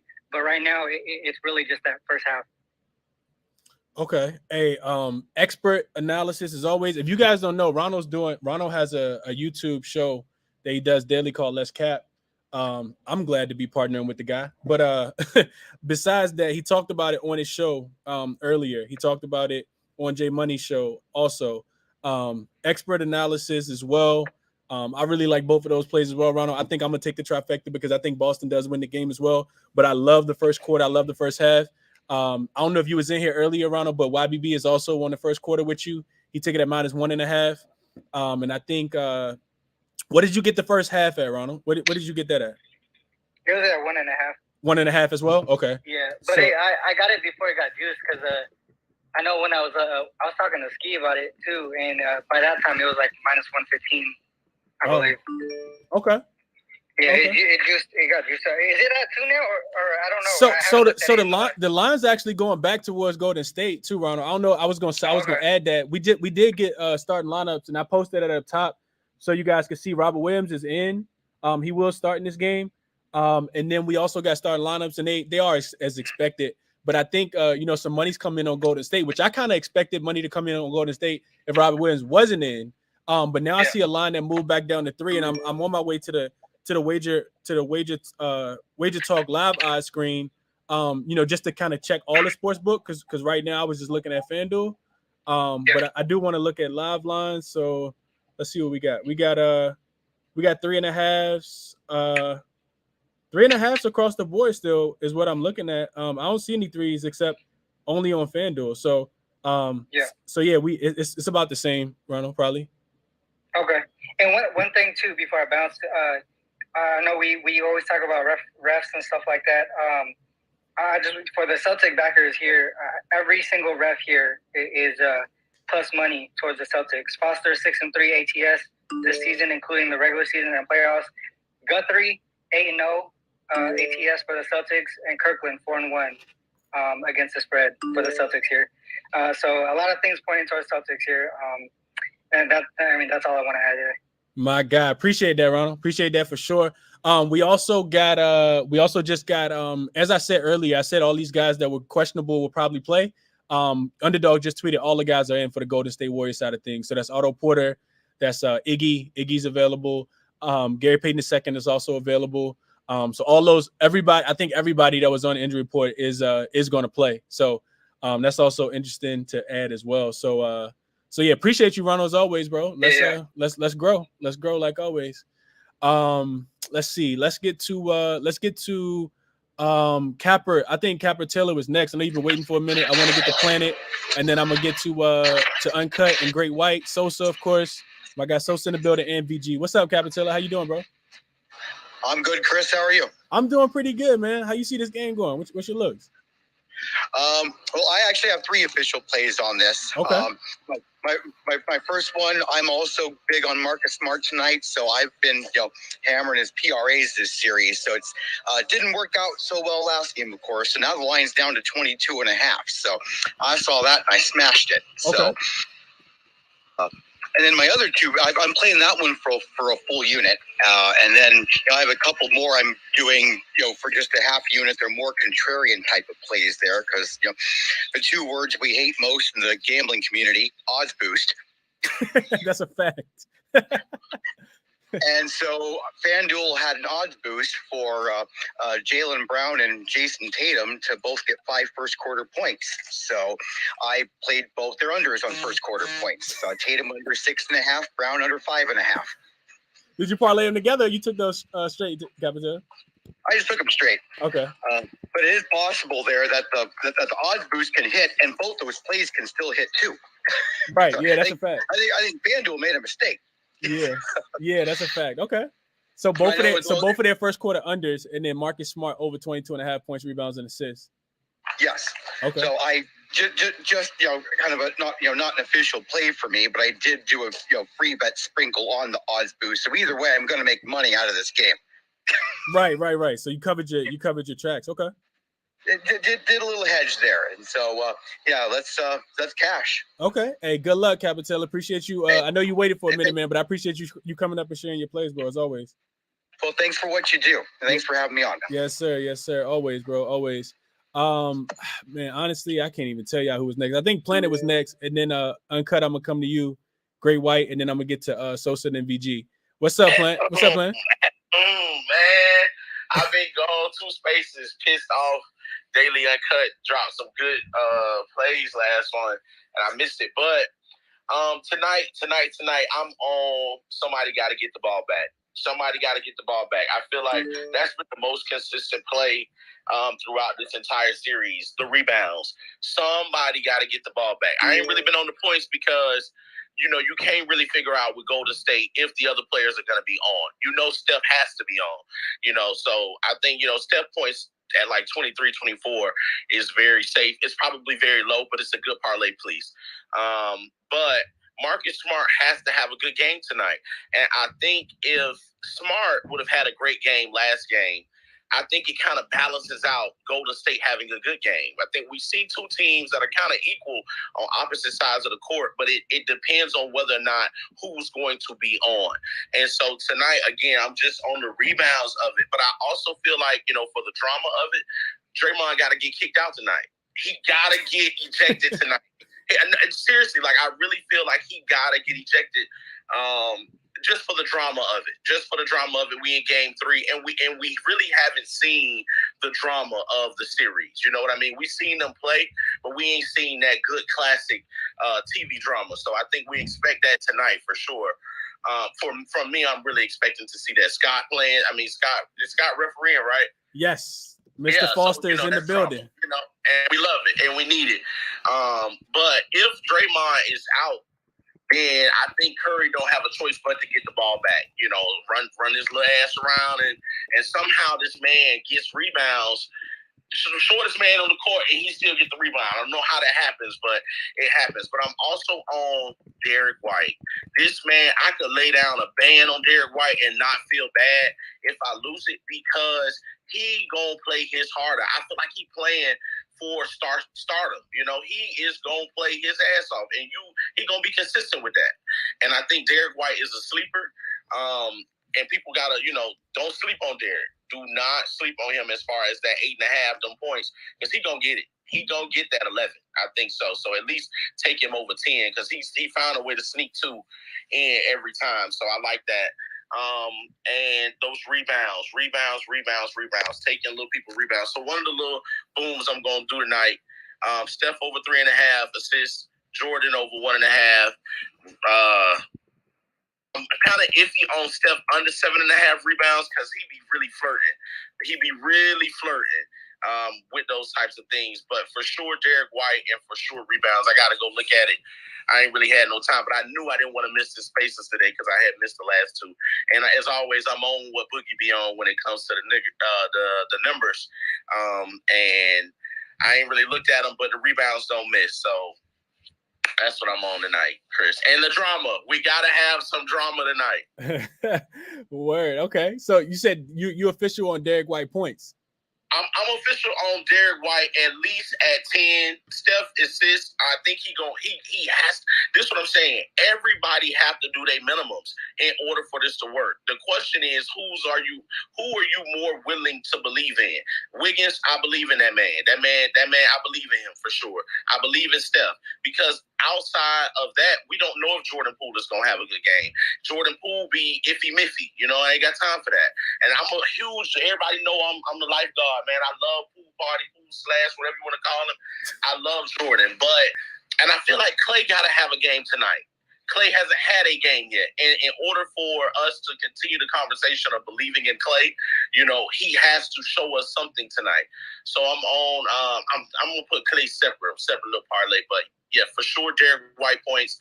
Through a Steph assist, Jaylen Brown rebounds. He got to have at least 5. Tatum got to at least have 5 rebounds for sure. So I'm on that type of vibe. Minimum stars. I'm on minimum stars vibe. Minimum star vibes. Okay. Hey, Planet, I appreciate the looks, bro. As always, I hope you cash in, my brother. You know, Hey, I hope it you sounds catch like it. everybody gonna have a good game today because everybody's so fired up in the spaces. So I think a lot of plays gonna hit today. I would tell people though, don't build super max parlays, bro. Just get you a little 3 or 4 people, boom, and rock out with that. Because when you start stacking it too much against this thing, one person gonna screw you up. But That's take a your 3 fact. best people that you like and roll with that and something you can be happy with. And like I said, I ain't gonna be pissed off by Derek White. I ain't gonna be pissed off if Steph don't get them 4 rebounds. You know, I ain't gonna, because I know these people are gonna go out and play hard. Wiggins as well, and what that boy Jaylen Brown pissed me off. I needed 7.5 last time. He got 7, and the last 2 came in the last 2 minutes of the game. So I'm on that little vibe today. Yeah. Okay. Hey, I like it, Planet. Good luck, bro. I hope you cash it. Absolutely. Thank you as always for holding this space for people that, give non-conventional plays and looks. That's always good. I like that. I like that type of drive. I ain't heard Vaughn speak yet. Prop was in here, but I like that. VG too. I love when VG be excited about it. So Absolutely, bro. I can't wait to get to these guys. Appreciate you, Planet, as always, bro. Uncut, I want to come to you, Great White, and then we're gonna go to Sosa. What's up, Uncut? What's up, Chris? How you feeling? I'm good, bro. I'm excited, man. I think just to say this real quick before I let you go, Uncut. I think to Planet's point, you want to be a lot sharper with your takes when you miss so bad. You know what I mean? If you go back and look at that sheet from game 2, a lot of plays missed because a lot of people was parlaying. A lot of people didn't get to their overs, whether it was rebounds or points, because the game was a blowout. You know what I mean? So I think people are excited, just to get basketball back, but also to try to get their money back from the books. Uncut, how you feeling, bro?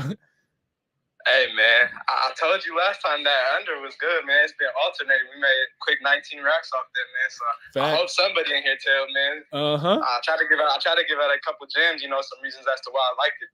But I got a few for today for sure. What you got? So I sent you a few things. First off, go ahead and throw this one at the top, man. At the top of the sheet, it's really contrary to where everybody else is going to be taking. But I think it's almost too obvious that, they're giving us some money right here. So go ahead and lock me down for the Celtics third quarter money line and plus 1.5. Very contrary. Very, very contrary. I know. But the reason why I like this, right now, MGM is taking 97% of tickets and 99% of money on the Warriors plus 1.5 and the third quarter spread. It actually has some reverse line movement as well, too. It opened at minus 120 for the Warriors. It's now down to minus 110.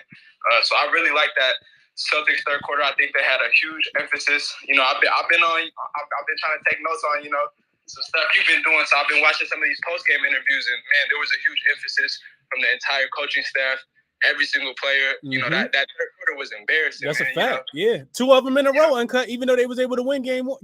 Facts. Man, and historically, this has been happening. The Bucks did the same thing to them. This is a Celtics problem. And I think they're going to have a huge initiative on really trying to turn that around, especially if they want to win this game. I know, there was a lot of people. Cobain, I heard really respect him. Heard him talk about, them winning the first quarter and first half, and then the opposite happening. But I really think the opposite. I think the Warriors come out, a little hot. And then third quarter, I think the Celtics can really start to break down. So that's one of my plays. Another one, man, I said it last time I was in here. Jaylen Brown is due for a big game. Like, they keep putting his point total at 24.5. He keeps going under. I grabbed it today at 23.5 when they moved it down. They moved it right back up to 24.5. I mentioned it last time. Game 3 against the Heat, when they played. He was the first player in the shot clock era, 1954 to present, to score 40 points without missing a 2-point shot. So crazy stat. When watching the game, man, his dribble penetration, I don't know why this dude settles for so many shots. As a hooper, it pisses me off, man. It's like when you go to 24-hour fitness, you see that 6-foot man just shooting threes at the 3-point line. You just attack the basket, bro. It's open. So I expect. I seen him in his post-game interview too, talking about pick and roll and how they're trying to utilize that a little bit more in Game 3.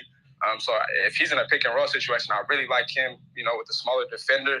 The Warriors don't really have, a rim protector, in my opinion. So I think if he can get to the rim, he had a few N1 shots last time. I really like that. To back that a little bit too, Brown, he started strong in the first quarter. He had 13 points on 4 of 6 shooting last game, but then he just got in a massive shooting slump. He went 1 for 11 the rest of the way. He finished with 17 points, battled a little bit of foul trouble. Draymond Green over here pulling down his pants and stuff, so you got that going into it as well. And then from the first game, he also went under as well too, and like he was projected so high. But in that game, he had 10 of his 24 points in the fourth quarter on 4 of 6 shooting. So I really just expect him to turn it around. You know, he gave us a few flashes, being able to show that he's a legitimate second scorer on that team. I think, like I said before, I think the defensive emphasis from the Warriors is going to be, you know, heavily focused on Jason Tatum. You know, letting these other players around Tatum, you know, win the game for them. That's the ultimate game plan. You can see it. It's pretty obvious. So I really like that today. So go ahead and lock me down for Jaylen Brown over 23.5 points. And then my last one, it's more just a sprinkle. I think he's due, man. But Klay Thompson, we've been nagging on him all day. We've been nagging on him all playoffs. But, you know, I think it's time for him to, you know, shut up the people that are, you know, doubting him. In his last interview after the game, he came out and said this. I sent it to you as well. He said, "It's nothing that I'm immune to. I've been through shooting slumps before. Best part is how you respond. So game 3, I'm going to slow up the pace and hunt great shots because when I do that, I tend to have a big night. Most importantly, I'm fine with going 4 from 19 and winning by 20. So I like that. You know, he's going to definitely take a lot better shots in my opinion. Another thing that I like too is Steph. He also said after the game in an interview as well. He said, over the course of a series, I'm not a real gambling man, but I would put a lot of money on the fact that Klay's going to have his moment and shine and impact the series in a serious way. So with those two things, as well as Mike Green coming back, we got that bang back in the building. I can see, you know, Klay Thompson having a proven game tonight. So I like his over 18.5 as well. That's going to be my 3 plays for today. But definitely that Celtics third quarter money line and plus 1.5. Go ahead and throw that on the top of the sheet, man, because that's going to be all green today. Oh, okay. Coming in here with the contrarian looks. I like him. Okay. So okay, I got you down for Boston third quarter money line. I got you for Jaylen Brown over the 23.5, and I got you down for Klay over the 18.5, bro. Appreciate the analysis as always, man. You definitely come in here with sharp takes, like that you did your homework. Of course, I listened to all those post-game interviews as well. And I hope you cash him, bro. I hope you cash him. You ain't pick nothing that goes against what I'm picking. So I hope you cash him as always, bro. Hey, I appreciate you. Make sure you throw that plus 1.5 on that third quarter too, because that's the one I went real crazy on. But I like the money line too. But I always love my points. I ain't ever gonna shy away from that. Okay, so Boston third quarter over the spread too, the 1.5. Okay, yeah, plus 1.5. Yep, I'm gonna take those 2 points. Plus, I like the it's money plus line 1.5. too, It's plus 1.5. 2 points. It's plus 1.5 in the third quarter. Yep, plus 1.5. Yep. Okay. So 2 points. Yep. Okay. Hey, my guy. Hey, I hope you cash him, bro. I definitely hope you cash him. Best of luck, everybody. Yes, sir. Same to you. Sosa. I know Sosa's been waiting for a minute, so I want to get to Sosa. Great White. I'm gonna get to you next. And then VG and Monotone. And then we got Finesse is in the building, man. Finesse is in the building. He's just a listener right now. I know a lot of people probably want to hear from him. So if you want to request that, we can. But my guy Finesse is in the building, man. Sosa, talk to the people, man. Chris, you got the invite I sent you? Nah, I didn't. I ain't even been in my inbox, bro. Don't worry. The pool party's on tonight again. just like last night. Don't worry. You don't even need a formal invite. The fourth quarter we seen the other night, that was for the before 11 crowd. You feel me? Yeah, over 11.5. Cash me out. Klay Thompson 4 threes plus 152. Cash me out with that. Golden State money line plus 122. Cash me out with that too. Listen, I know y'all love Jason Tatum. I love him too. I'm part of the community, as is Chris. You know what I'm saying? We represent well, I believe. The only thing that got Boston a win in Golden State was a historic fourth quarter. They hit 7 consecutive threes. All right, they were down by a dozen entering the quarter. I don't know what people keep lying about Boston's defense. They didn't even play great defense. They just didn't miss. That's what I saw. I don't know what other people were seeing. And the last game, the same thing happened. It's just they didn't do nothing the end of the third or the entire fourth because Ime called off the dogs in the fourth quarter with 10 minutes left in the game. Hey, so you done got this man a request. I thought he was going to stay quiet. Good. Listen, this is no bias, no fan shit, none of that. Klay Thompson cannot have his head off his ass for any longer. There's no way he could possibly shoot that bad. Continue to shoot that bad. It's impossible. Like, just like Jason Tatum, it's impossible for him to keep shooting that bad. Like, there's no way. There's no way he's gonna keep shooting that bad. But again, I'm on the ancillary guys getting their buckets. I don't even think Steph gonna need 30 tonight, to be totally honest with you, because Boston gonna throw up a bunch of bricks. Because Steve Kerr is playing spreadsheet defense. Whoever shoots the lowest percentage, let that dude shoot.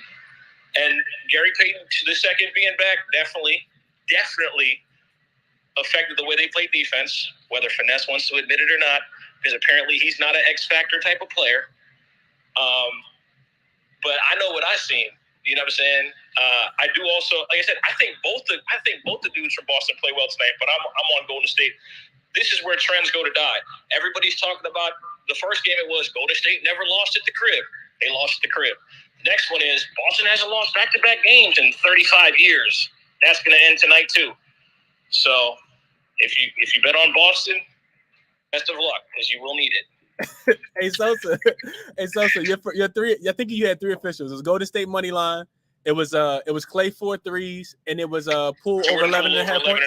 Okay, all right, cool. Hey, Sosa is the Golden State guy. This guy is light skinned, and you can tell. I am too, but you know. Shout out to my parents. They knew what they were doing. Oh man! All right, let's keep going, bro. Great White, I want to come to you and then VGU next. Monotone, and then I'm gonna get to you, Prolific. What's up, Great White?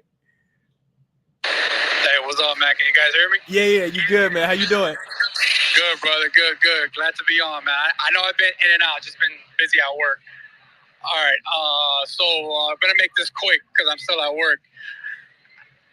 Warriors this playoffs, in the first half, on the road, they're 2-5. Versus the Celtics, including the regular season, the last game of the regular season and in the finals, they're 0-3 against the spread versus the Celtics. So today I had locked in already Celtics first half -2.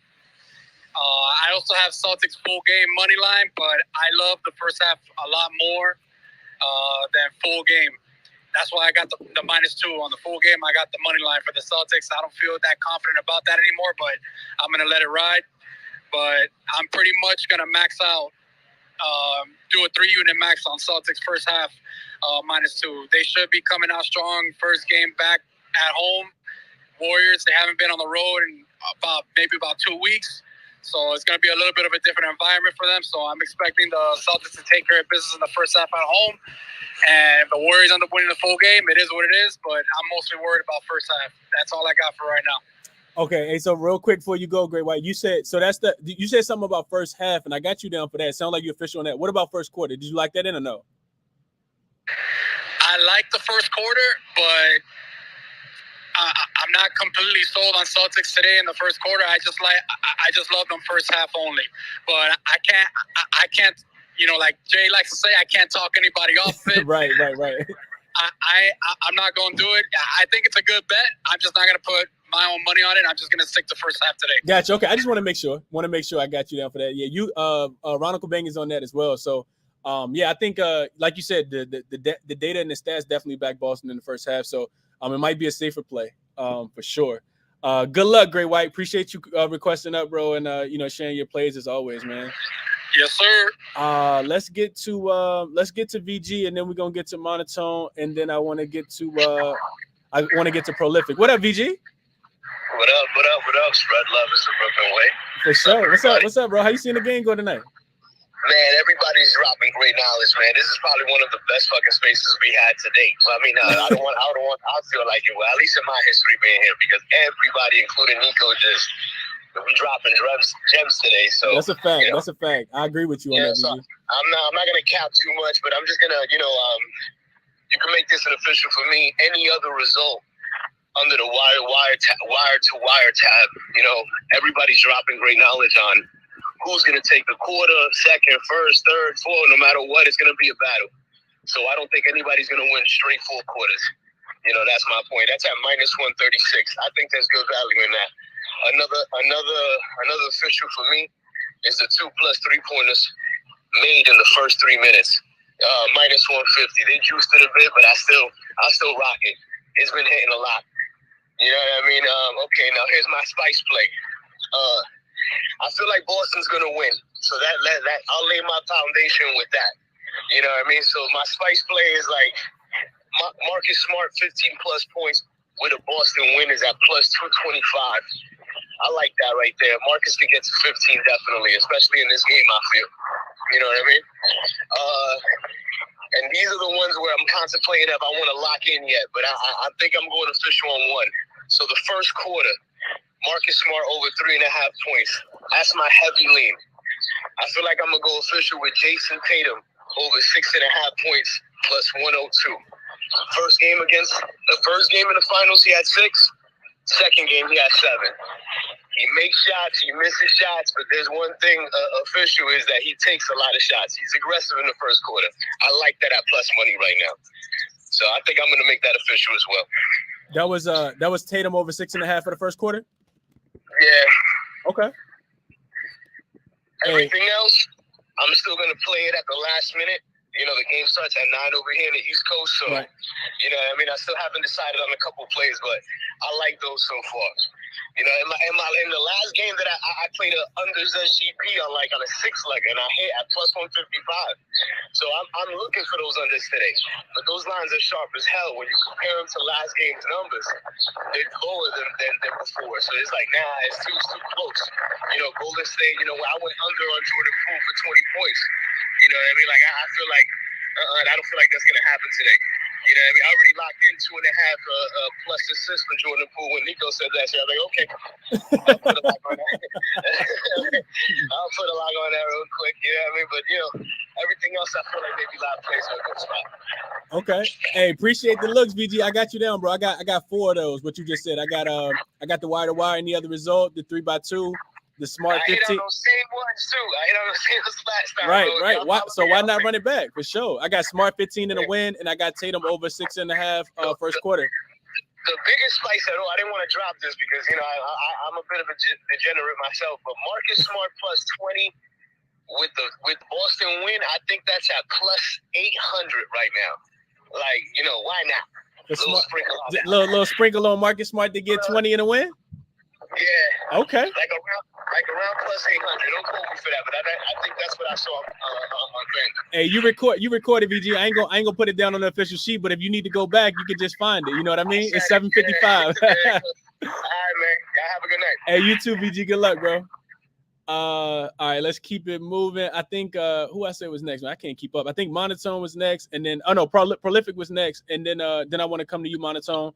And then we're going to go to IPA Dave and Vaughn. And then we got to hear my guy Finesse take on the game. Got to. So Prolific, it's on you, bro. Then we're going to shoot at the Monotone and IPA. Yo. What's up? What up, Prolific? How you doing, bro? Good. So my take, since we can't be doing all these crazy parlays, I did the first quarter total points over 53.5. They've been hitting 60 each first quarter. And then the next quarter went under. And then I think the third quarter went over. And then the last quarter went under. And then under 212. Okay. So what was that number again, Prolific? It was 53.5, right? Yeah, 53.5. Okay. For the first quarter. The second quarter, same thing. Third quarter, 52.5. And then the fourth quarter, 52.5. And then under 212. So okay. That first quarter, they definitely been hitting it over. They've been hitting over. So I put my money on. I put my money on that. So you're official on the first quarter, okay? Yeah, okay. I put 3/4 unit on that. 3/4, okay. 75% of a unit on the first quarter over 53.5. Yeah. Okay. That should smack. Okay. Hey, good luck, Prolific. I hope you cash it, bro. That should smack instead of doing all this crazy following these players now when they can't even get to the rim. It's all about the three. That's a fact, bro. I hope you cash it, Prolific. Good luck, bro. Thank you. Take care, Chris. Yes, sir. You too, bro. Always. Monotone, shooting it back to you, and then IPA. We're going to go to you, and then we're going to open it up to my guy, Finesse. What's up, Monotone? Yeah, well, I agree with VG, by the way. It's been a great space so far. Obviously, anytime you get an NBA player, a ball player up here to give their perspective, that's always fun. For the people that missed earlier, my biggest one is Looney, 2 first-quarter points and 2 first-quarter rebounds. But what I haven't heard a lot of people talk about, this is pretty simple, honestly, is Jason Tatum over 27.5 points. I was thinking it as you were saying it, Monotone. I knew that's where you was going. Talk about it, Monotone. Yeah, real quick. I also like. I think I'm on it too, but I like him as top point scorer for the game too. He's at +1 something. Ooh, okay. Go ahead, Monotone. Yeah, anytime you get that at plus money, it's good. But obviously, in game 1, he started out slow, right? He was struggling. It wasn't a great game, and we saw a lot of double teams. We saw a lot of help defense, right? And then in the second game, well, also he burned them with assists, right? He was distributing the ball very, very well in that game, and they had to make some adjustments, obviously, and that led to him in game 2 hitting this number despite barely, not playing his full minutes at all. In a close game, he's going to see up to 40 minutes in a competitive game, and we get him at home now, right? We get their best player, the heart and soul of this team, at home in front of that home crowd. So the fact that this is at 27.5 kind of surprised me. We also even heard Nico talk about it earlier. The Warriors are switching on almost everything. He said we saw Gary Payton on Tatum, and that's obviously a matchup that Tatum is going to want, right? If they're going to keep allowing him to get one-on-one coverage, because he showed them he can burn them with the assist. They can't afford, to double team him with a guy like Jaylen Brown, with a guy like Marcus Smart knocking down shots. So if you can really continue to see single coverage, they continue to switch on a lot of these screens, I think Tatum's going to have a great game today. I understand a lot of these other looks. Brown can get hot at any given moment. I'm not going to argue against that. But I think we're kind of overlooking, the star of the show right here. And for it to be at only 27 points, I just won my baseball bet in the 4th inning. I had to double up. I had to put a little bit more on and come talk about it. You know what I mean? Oh, yeah. Oh, man. Okay, so Tatum over 27 and a half. I couldn't talk anybody off of people wanting to play Tatum over 27 and a half points. Absolutely not. I was waiting for somebody to say it. I feel like I got 100 plays written down here. Nobody's on Tatum points, man. I get it. Sometimes Jaylen Brown is the more aggressive guy. Tatum, can struggle when he's had a really good game offensively in the previous game, which he did. He didn't even play in the 4th quarter. And still, shot the ball extremely efficient, bounced back from game 1. But yeah, I like the look, Monotone. I like the look a lot, man. I think, he typically goes off after a loss too. So I love the look on that, Monotone. I hope you cash it, bro. Let's move on to IPA. I want to get IPA up here because I definitely want to get to my guy Finesse. What's up, IPA? How you doing, bro? Good. How you doing, man? Thanks for the show. As always, man, these spaces blow me away every day. Much respect, due respect, and appreciate y'all. I'm just going to throw something out there. We just watched 2 games, and if you guys are watching these, and I think the last game really showed. I was in some live spaces. I do a lot of live betting. We follow through with the spaces. We got a lot of good connectivity through that, and it even got to people in the spaces. And I'm going to tell you, both these games you can throw out the 4th quarter. It got so shaken up. If you look at the point spreads, bench players were in. You throw the 4th quarters out. Okay, so the second game, one of the key things I caught on there that even got to the people in spaces, Draymond got in everyone's head. Not just one player. He was in everybody's head, and he did it well. He did it well enough to a point where people were discussing it consistently throughout the spaces because it was frustrating to them. So he played his key factor. He did. He's a leader, and that's what he's done. That's Draymond. That's Draymond's role. He does that. He took away the players, and then what he did there is he took away Tatum as being a facilitator where he can play and direct, because many times you had guys just sitting there where he was trying to drive through the paint, and trying to force a 2-shot with 2 guys open because he was double and triple team getting into the paint. So you just got to make sure that, they got to figure out a way, and I don't think they're going to let Draymond run him on this game. The last one is, everyone keep in mind, man, Klay Thompson's a good basketball player. He didn't forget how to play. He's having a rough spurt like anybody else can. It's coming around. And you're going to see it. Clay's going to get back on board. He's going to pick up his game again, and Klay will be playing Klay. I got a couple leans. Basically, I like Draymond Green's assist over 4.5. Wiggins, I like Wiggins RA. I like Brown over 2.5 threes. I like Smart for over 1.5 threes. And I do like Green also for over his rebounds. But I never heard it much in the space as even as a observers, as you say from afar, how much Draymond kind of ruled that game last time. And I don't think that's going to happen in the Celtics house. So I think we're going to see a different game. And for heaven's sakes, I hope it goes full 4 quarters. Because I've seen 2 games that were 3 quarters each. That's a fact, IPA. That's a fact. Yeah, I agree with a lot of what you said too, IPA. I don't think that, a lot of what Draymond, wants to do on the court is, really indicative of how tight the refs are going to, blow the whistle, right? And we didn't see them.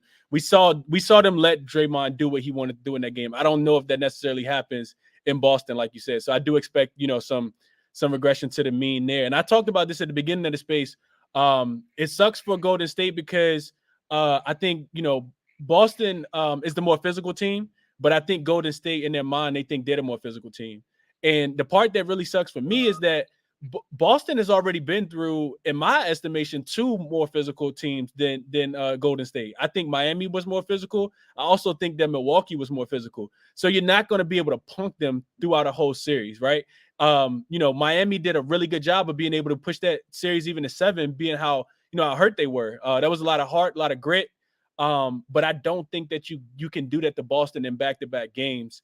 So I don't expect, Draymond to be able to mock up the game, like you said, IPA. And I don't want to harp on it too much because I can get into my long soliloquies. I'm actually trying to wrap up about 8:15, so people have, a couple minutes to, get themselves situated for the game. I actually need to go hop in the shower too. So appreciate the looks, IPA. I think, we're definitely on the same page. I hope you cash. I know you said a lot of those were lean, so I hope you cash whatever you play, and I hope you enjoy the game, bro. Yeah, peace out, man. See you guys on front of the TVs. Absolutely. I might do a space halftime too. We'll see how the game goes. If not, I think Sosa might be doing one. He typically does them halftime. If the Celtics are winning by 20, Finesse might be doing one. So I'm gonna just pause right there. But only if they're actually winning at halftime will he start a space. Hey, Finesse, come off mute, my brother. The floor is yours, man. We about to wrap this thing up, but Finesse, talk to the people, bro. Tell them what's up, man. Yeah, bro. Great show as always. I know there's new people in here every day, but and they probably kind of blown away right now by all the heavy hitters up here and shit like that. So much smart shit being said, but yeah, this man Chris do this shit every fucking day. So I know basketball winding down, but steady grind. So great show as always. Yeah, where do I start, bro? I mean, so much blasphemous. First of all, I'm gonna be here either way. Let's get that straight. And then yeah, just take a quick second. Something that So said, because So's my man. You know what I'm saying? So's my man. So but Petty Finesse, right? He mentioned, and a lot of people mentioned that first game, right? Talking about a lot of luck. Right, a lot of what's the word, Sos? You know the word. What's the word? I'm having a brain fart right now. You know the word. Anomaly, is that what it is? Nah, that too, but that's a good one, but that's not the word. It's some shit. Outlier. There you go. Outlier. I found it in the back of my brain. That's the word I keep hearing, right? But what people don't understand, and So said something very important. So said we made everything and we ain't played no defense in our fourth quarter. That's what So said. I'm looking at the box score and I'm like, I know I'm not tripping. You misquoted me. No, I didn't. I said the defense wasn't the reason y'all won. I heard no defense. Okay, I said that's not the reason y'all won. I'm no mathematician, Sos, right? But we outscored them boys 40-16 in the fourth quarter. So by my estimations, first of all, that's a great defensive outing, and by my estimations, my boys only needed 29, down 12, entering the third quarter to win that game. We just decided to put up 40 on their necks to really make a statement. And we were up at halftime, so I just want to put that out there for the people. And yeah, I said it a couple of days ago, I forget when, but I'm really trying to kind of sit back and enjoy what I'm watching, enjoy, history and shit. Either way, just enjoy the moment. So I've been locked into baseball a lot, so no real officials. I mean, I got, some personal plays. The main one, being what Monotone said, Jason Tatum, I think that's the easiest thing. I think that man could have put up 60 in game 2, but how that game turned out, I think everybody's kind of viewing it as a bounce back game. I do lean Celtics. I don't have any money on the Celtics tonight, but I do have money on my boy missed the first team. So that's really it for me. I'm gonna sit back and enjoy. I think Boston does win the game. I think we win by 8+. Chris, we say it all the time. If they win, it's by margin. So we can think the trend's going kill the trends, like my man So said. But I mean, until they show me otherwise, I'm gonna stick with that. With my boys to bounce back against anybody or for loss. So that's really it. Just general thoughts, nothing official. I do have personal money on JT, so we'll see how that goes. I think that's the easiest money on the board, simplest money on the board. So I know a lot of money's gonna be made today from everybody. Like I said, a lot of smart shit set up here, a lot of smart minds up here. So I hope everybody cash. Go Boston, and it's still Boston at 7 as always. So we'll split in Boston and we'll go from there. But yeah, it should be a great night. Okay. Vanessa, he on his boy JT tonight, man. He's on his boy JT tonight. So yeah, that's that. I actually just while Finesse was talking, I was definitely listening. Always listen when Finesse talking, especially when it's about his. I mean, not even when it's about his Celtics, but when it's just in general. But I tweeted out the link for you guys as well, man. It's I'm putting it at the top right now. So if you guys want to, I mentioned earlier, me and Ronald, I made the announcement. Me and Ronald actually collabing on the chalkboard thing now. So it's a sports betting community. Really, really excited about the partnership with Ronald, man. This guy is a super sharp, sports bettor. Does it professionally, full time now. Quit his job. You watch his, watch his show. He talks about his story. So I'm just delighted to be able to join in the community with Ronald and that's where you guys can catch everything at. So it's almost like a Discord, but it has a lot of other things. So if you guys aren't familiar, definitely download the app. You just click on the link that's in there and it'll take you in. It's free. All the stuff that I always do is always free. So yeah, the sports betting community, man, Chalkboard is there for you guys. Bro, why the fuck I ain't hear about this, bro? When this happened? Bro, this happened. I just announced it at the beginning of Spaces, Vanessa. I just announced it, bro. Okay, I missed it, Yeah, I just announced it. But yeah, all the sharp looks, man. Y'all check it out, man. And if y'all got questions, y'all definitely DM me about it. But I love what Chalkboard is doing over there. It's gonna be like a one-stop shop, honestly, for all your sports betting needs from myself. And you don't have to always be going to my Twitter page. Everything will be in Chalkboard. You can track my bets, everything, every single thing. It's amazing what they're doing, and they're only growing. So definitely check that out.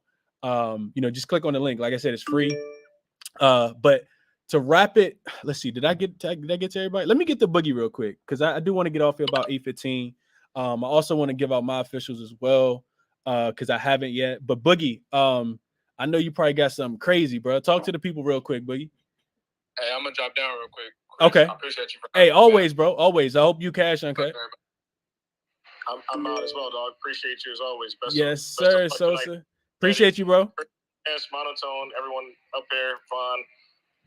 Best of luck if you're betting tonight. Yes, sir. Fuck the Celtics. I knew that was coming. Boogie, what's going on, bro? Can you hear me? I don't know. Finesse say he connected? No, he's connecting right now. Oh, it's Boogie, try to leave and come back, and I'll try to bring him up. I was gonna say, yeah, he might not. Yeah, see if you can get T-Dog up here too.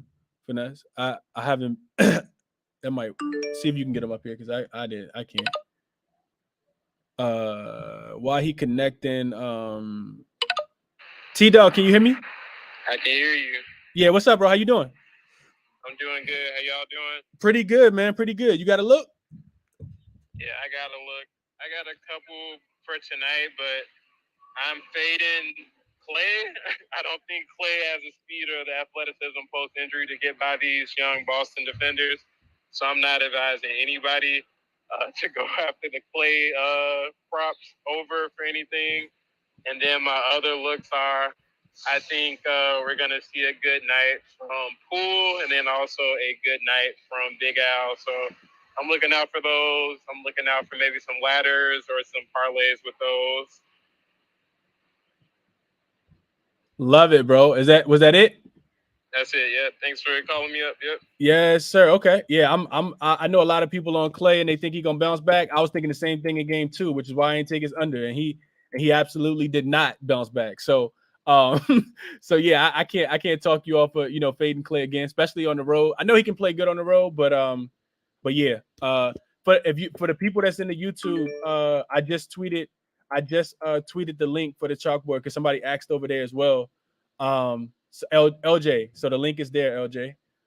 Me and Ronald gonna go in there and be dropping plays all the time. Ronald does WNBA as well, some MLB, so it's gonna be a lot of plays in there. Like I said, super sharp mind, so it's not gonna be any trash either. So yeah, appreciate you, T Dog.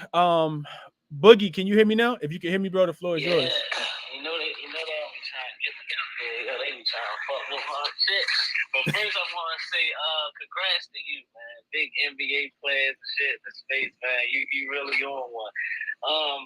First, and I want to say thank you to y'all too, because I met you early in my betting when I first started this bet stuff, or when I figured out I could bet in Maryland.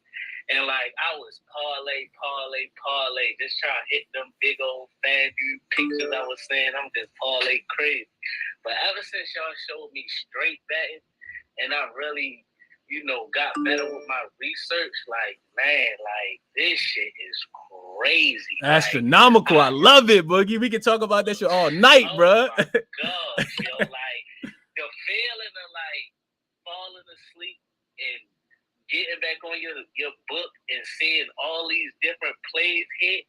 Like at the end of the night, your return of investment will be way better than just hoping one or two parlays cash, and then you wake up and see like, damn, I missed it by one or two legs, and you go to sleep with nothing, man. Play them straight. Definitely, if you did your research, I feel like that's wasting your research if you research the play and hope that other plays hit when really the shit that you really researched is going to hit. You feel me? That's a fact. So today I'm gonna run through the first. I'm gonna just run through the picks I got, and then I'll explain why for a couple. So I'm tailing that first quarter Boston in the first half. Boston. That's just a momentum standpoint. I see them coming out firing today. I think they're just gonna take these Warriors neck off in the first half. I am playing Klay Thompson PRA over 24.5. I'll get to that.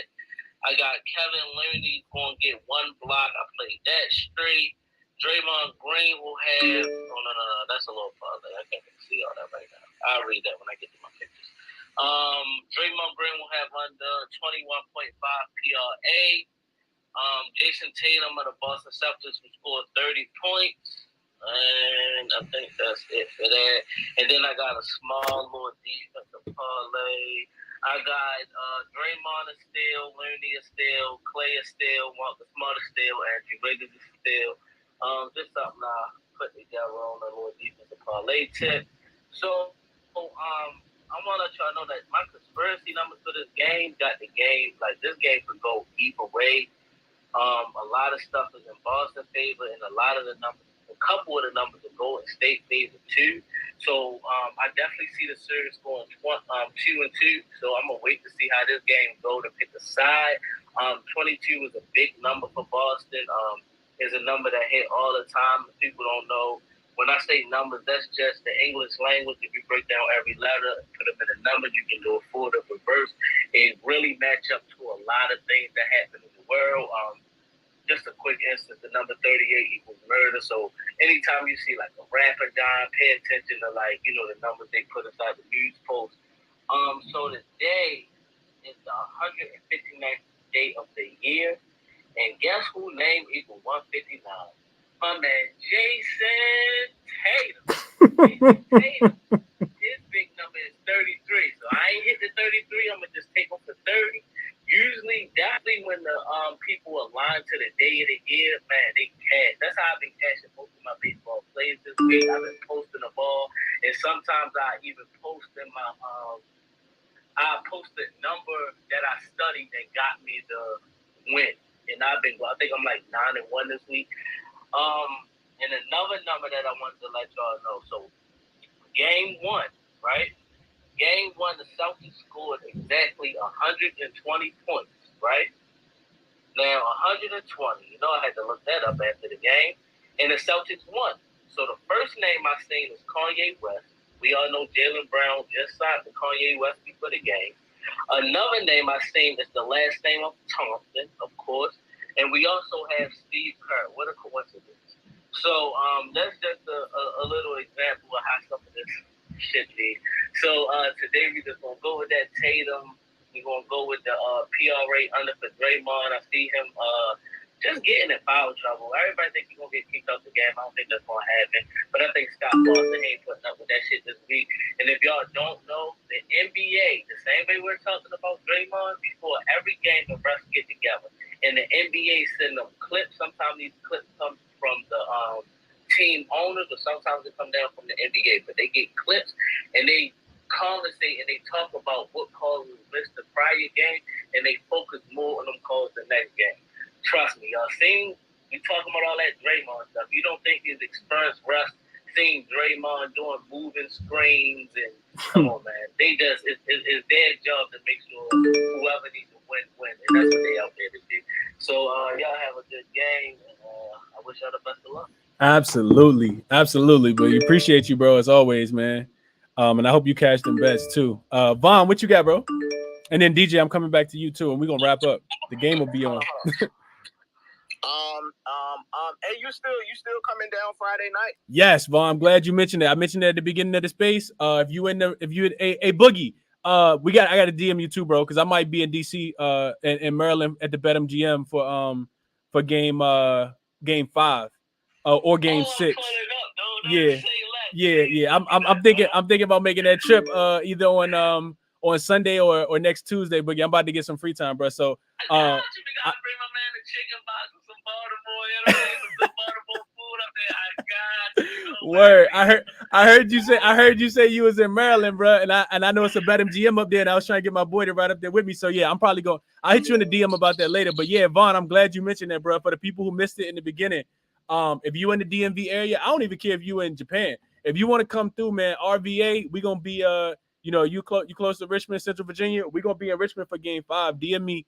If you want to pull up, we're gonna be at a little sports bar. I'm gonna do the spaces from there. Vaughn, I'm definitely gonna shoot it to you for sure.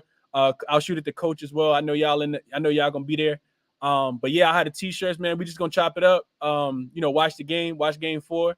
How the spaces, and hopefully we can get to some money. That's what we really there for.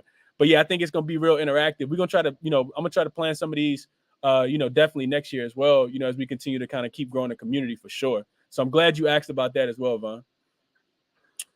All right, bet. I got a follow-up question for somebody that typically listens but doesn't talk. They are wondering, if you had one bet for the night, what would you say? What would be the bet you would place out of everything you heard or whatever, like lane, official, whatever? Just a favorite play you may have heard, or like if you had one play for the night. My favorite play the whole night, Vaughn, is probably Boston minus the 3.5. I do think Boston wins the game. And I, we can be wrong sometimes with the halves and the quarters. So this is my reason why, Vaughn. So in game 2 last game, I talked about Golden State coming out with a lot of intensity early. It was a must-win game because you can't go to Boston down 0-2.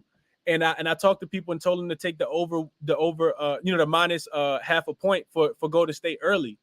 Boston really almost like blew that up, bro. And I know a lot of people took the 1.5 and lost money. Same thing for the first half. So I don't know how the first half gonna play out. I expect Boston to play well, but I do expect I expect Golden State to not play as well, but I do expect Boston to hit early. So I really like them first half. I know first quarters have been, a little volatile. I don't like losing money because when I'm taking a straight bet, I at this point in the year, I'm putting 4 or 5 units on these plays. I'm not giving them out to people as 4 or 5 units, but I'm trying to cash. We got a couple games left. I'm trying to cash, bro. So my bets have been a lot more heavier as far as the money that I'm dumping on them, and just playing, smaller bets. So I really like Boston to win the game minus the 3.5. But if I had a second favorite bet, it would be Boston to cover the first half as well. At minus 1.5. So Boston to be winning by 2. That way you can kind of avoid the third quarter thing. Even though I do anticipate Boston not to get blown out in the third quarter like they have in the last 2 games. I expect that third quarter to be tightly contested. I know that might be contrarian because we haven't seen it, but I can promise you that Udoka and their coaching staff and the players understand. They're not idiots. they know how Golden State come out in the third quarter, and I don't expect it to happen 3 times in a row. So yeah, those would be my officials, Vaughn. I'm not really, like messing with the player props because I talked about both of these teams being highly volatile. You don't necessarily need Jason Tatum to give you 30 because it might be Jaylen Brown night to give you 30. You might not need Jaylen Brown to give you 30 because it might be Tatum night to give you 30. Same thing with the rebounds. We done seen Robert Williams get 2 rebounds and we done seen him get 10. So I'm kind of laying off the player props, and if I play him, it's been smaller unit size. And I'm just kind of sticking with a side, Vaughn. But Finesse, follow me up, bro, and then we're gonna kick it to DJ and we getting out of here. Yeah, real shit. I mean, one bet, I'd be right there with you. I'll take 1 unit. If you're 1 unit better, I'll take 3/4 of a unit, put it on Boston minus 3.5, and then take that other quarter of a unit, whatever your book offers, whether that's 5 plus, 7.5 plus, around that area. Get yourself some nice plus money. That's what I would do. If Boston's gonna win this game, which I expect, Chris expects, it's gonna be by 7, 8 plus. So that's what I would do. Yep. I'm glad you backed that, Finesse. I mean, I know the Golden State fans not gonna want to hear that, but that's just me. You know what I mean? I'm not gonna give y'all anything that I'm not putting money on. And like I told you, I haven't placed any bets yet, but that's where my money gonna be at. I said I opened the space by saying that. I'm probably gonna play the trifecta spot, to be honest with y'all, but it'll be smaller on the first quarter. I just think that Boston is the better team, and that and y'all eyes might see something different, but that's just what I'm on today. Not that Boston has to either win or lose the first quarter. Player props don't necessarily have to happen for the game to win or lose. And you saw a lot of losses in the last game. So if you go back and look at that sheet, so yeah, that's what I'm on, Vaughn. That's what I would be official on. DJ, I want to kick it to you, and then we're gonna wrap up. What up, DJ? Yo, what's good, man? What up, bro? Good? Not too much, man. Ready for an exciting game tonight, man. I just been chilling, looking at some baseball, getting some stuff together over there, man. My Cardinals over here struggling right now. But anyways, on this game tonight, I wanted to pop up. I really didn't have anything till last minute, but it's a little spicy play. But they also got his points at a normal line. So Peyton Pritchard over 4.5 points, minus 112. So I like this. Just strictly looking at, I'm just seeing his minutes in the first 2 games, 16, 19. And his numbers, he was producing rebounds, assists. And he had 4 and 8 points those first 2 games. He had 8 points the first game, 4 points the second game. So basically, he's when he's getting that time on the court, he's producing a little bit. And I think the last time I played him, I spoke on it in here. He made trusting him a little bit. He didn't play too much in the last 3 games of that Miami series, but just through these first 2 games on the road, in every home game that he's played in so far in the playoffs, he's went over. My bad. I'm sorry. My bad. Let me jump back real quick because this is just my little play. So my big play is actually Peyton Pritchard 3+3s at plus 880. So I like his points at over 4.5, but I think he's going to get those 3 attempts. So now let me go and know what I was looking at. He averages 3.3 threes at home, so it's a little bit of a long shot. Definitely, a little sprinkle. But this is basically he's my only play tonight. He averages 3.3 threes at home, so basically he has to go. The numbers are saying he has to go shoot 100%, but he only shoots 43%. But I just see him getting those. He's going to get those shots out. He went 2 for 3 the first game, 0 for 3 the second game.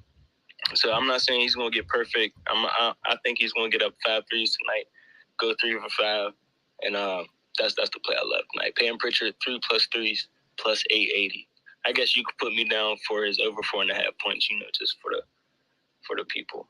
Okay. Yeah, that's what I do. I'll put Pritchard over. I don't even know if I got so many plays, bro. I don't even know if I'm gonna be able to fit all of them on the sheet. It might be the first. Just for the people who heard that one, man. Oh, word. Okay. I'll keep it off the official list then. Okay. And then one more little spicy play. They don't have Klay Thompson up tonight, but I played it yesterday. Method of first basket. Klay Thompson a dunk plus 10,000. And so, literally, no. Listen. If you watch the last series, bro, like it's definitely a little gamble. I'm just only throwing $5 on this, nothing crazy. Literally, so like they run this play, the little back cut, man. If they find Klay on that back cut, like it has to be an open lane, obviously, so he doesn't lay it in. So that's why also you got to look at it like that. But I just like that little back cut play they run. I can't explain it, but you know when you watch the Warriors. Those are my two little spicy plays, man. Yeah, everybody have a good night. And yes, sir. Let's cash. Absolutely, dude. Appreciate Okay. you, Chris. Not always, bro. Always. I appreciate you, man. You do a lot for the community as well, bro. You've always supported DJ. I've always rocked with you, bro. This 3+3's paying Pritchard cash, man. I'm grabbing mad shirts tomorrow. I ain't gonna do it the last way I did, but that's how much I love this play. I love it, DJ. Appreciate you, bro, as always, man. Hey, yo, it's 8:28, man, Eastern time. I started this space at 5:30, bro. We literally been talking about one game for 3 hours, and I literally, if it won't start in 30 minutes and I need to go take a shower, then I'd talk to y'all all the way through. But I'm not. I'm definitely not. I'm getting off of here so I can go take a shower and get ready for the game, man. I appreciate y'all for coming through as always, man. Super dope show, man. Shout out to everybody on the YouTube as well. Make sure y'all hit the like button over there. Subscribe to the YouTube page if you haven't. I tweeted out the chalkboard link. It's pinned at the top of my page. Really excited to get that work done. Over there with Ronald and bring you guys some really sharp looks. Just Ronald's mission is it was easy to partner with him because, like he talked about, our missions are very similar. We're both about kind of educating people and wanting them to be able to be the best better that you actually can be. So thank you guys for tuning in as always. I'm gonna tweet out this official sheet right now because I know by the time I get done doing everything I gotta do, it's probably gonna be right at tip. So I'm gonna make my bets as well. But the people who jumped in late, I will tell you guys I'm gonna be official on the -3.5. I'm gonna put some on the money line for Boston as well.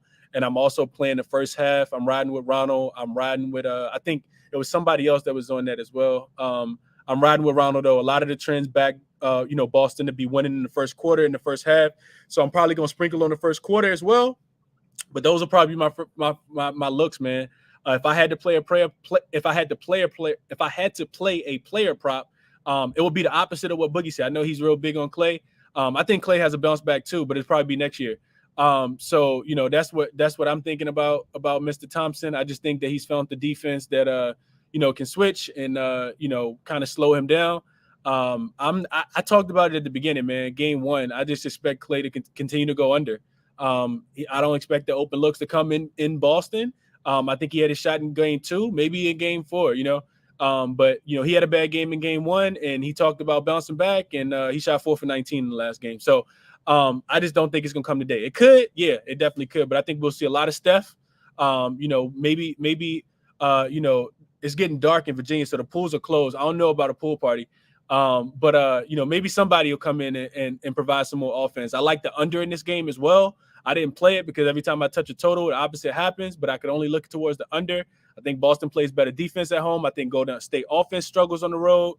But yeah, that's what I'm looking for, man. I'm going to hop off of here. It's 8:30. Appreciate you guys as always.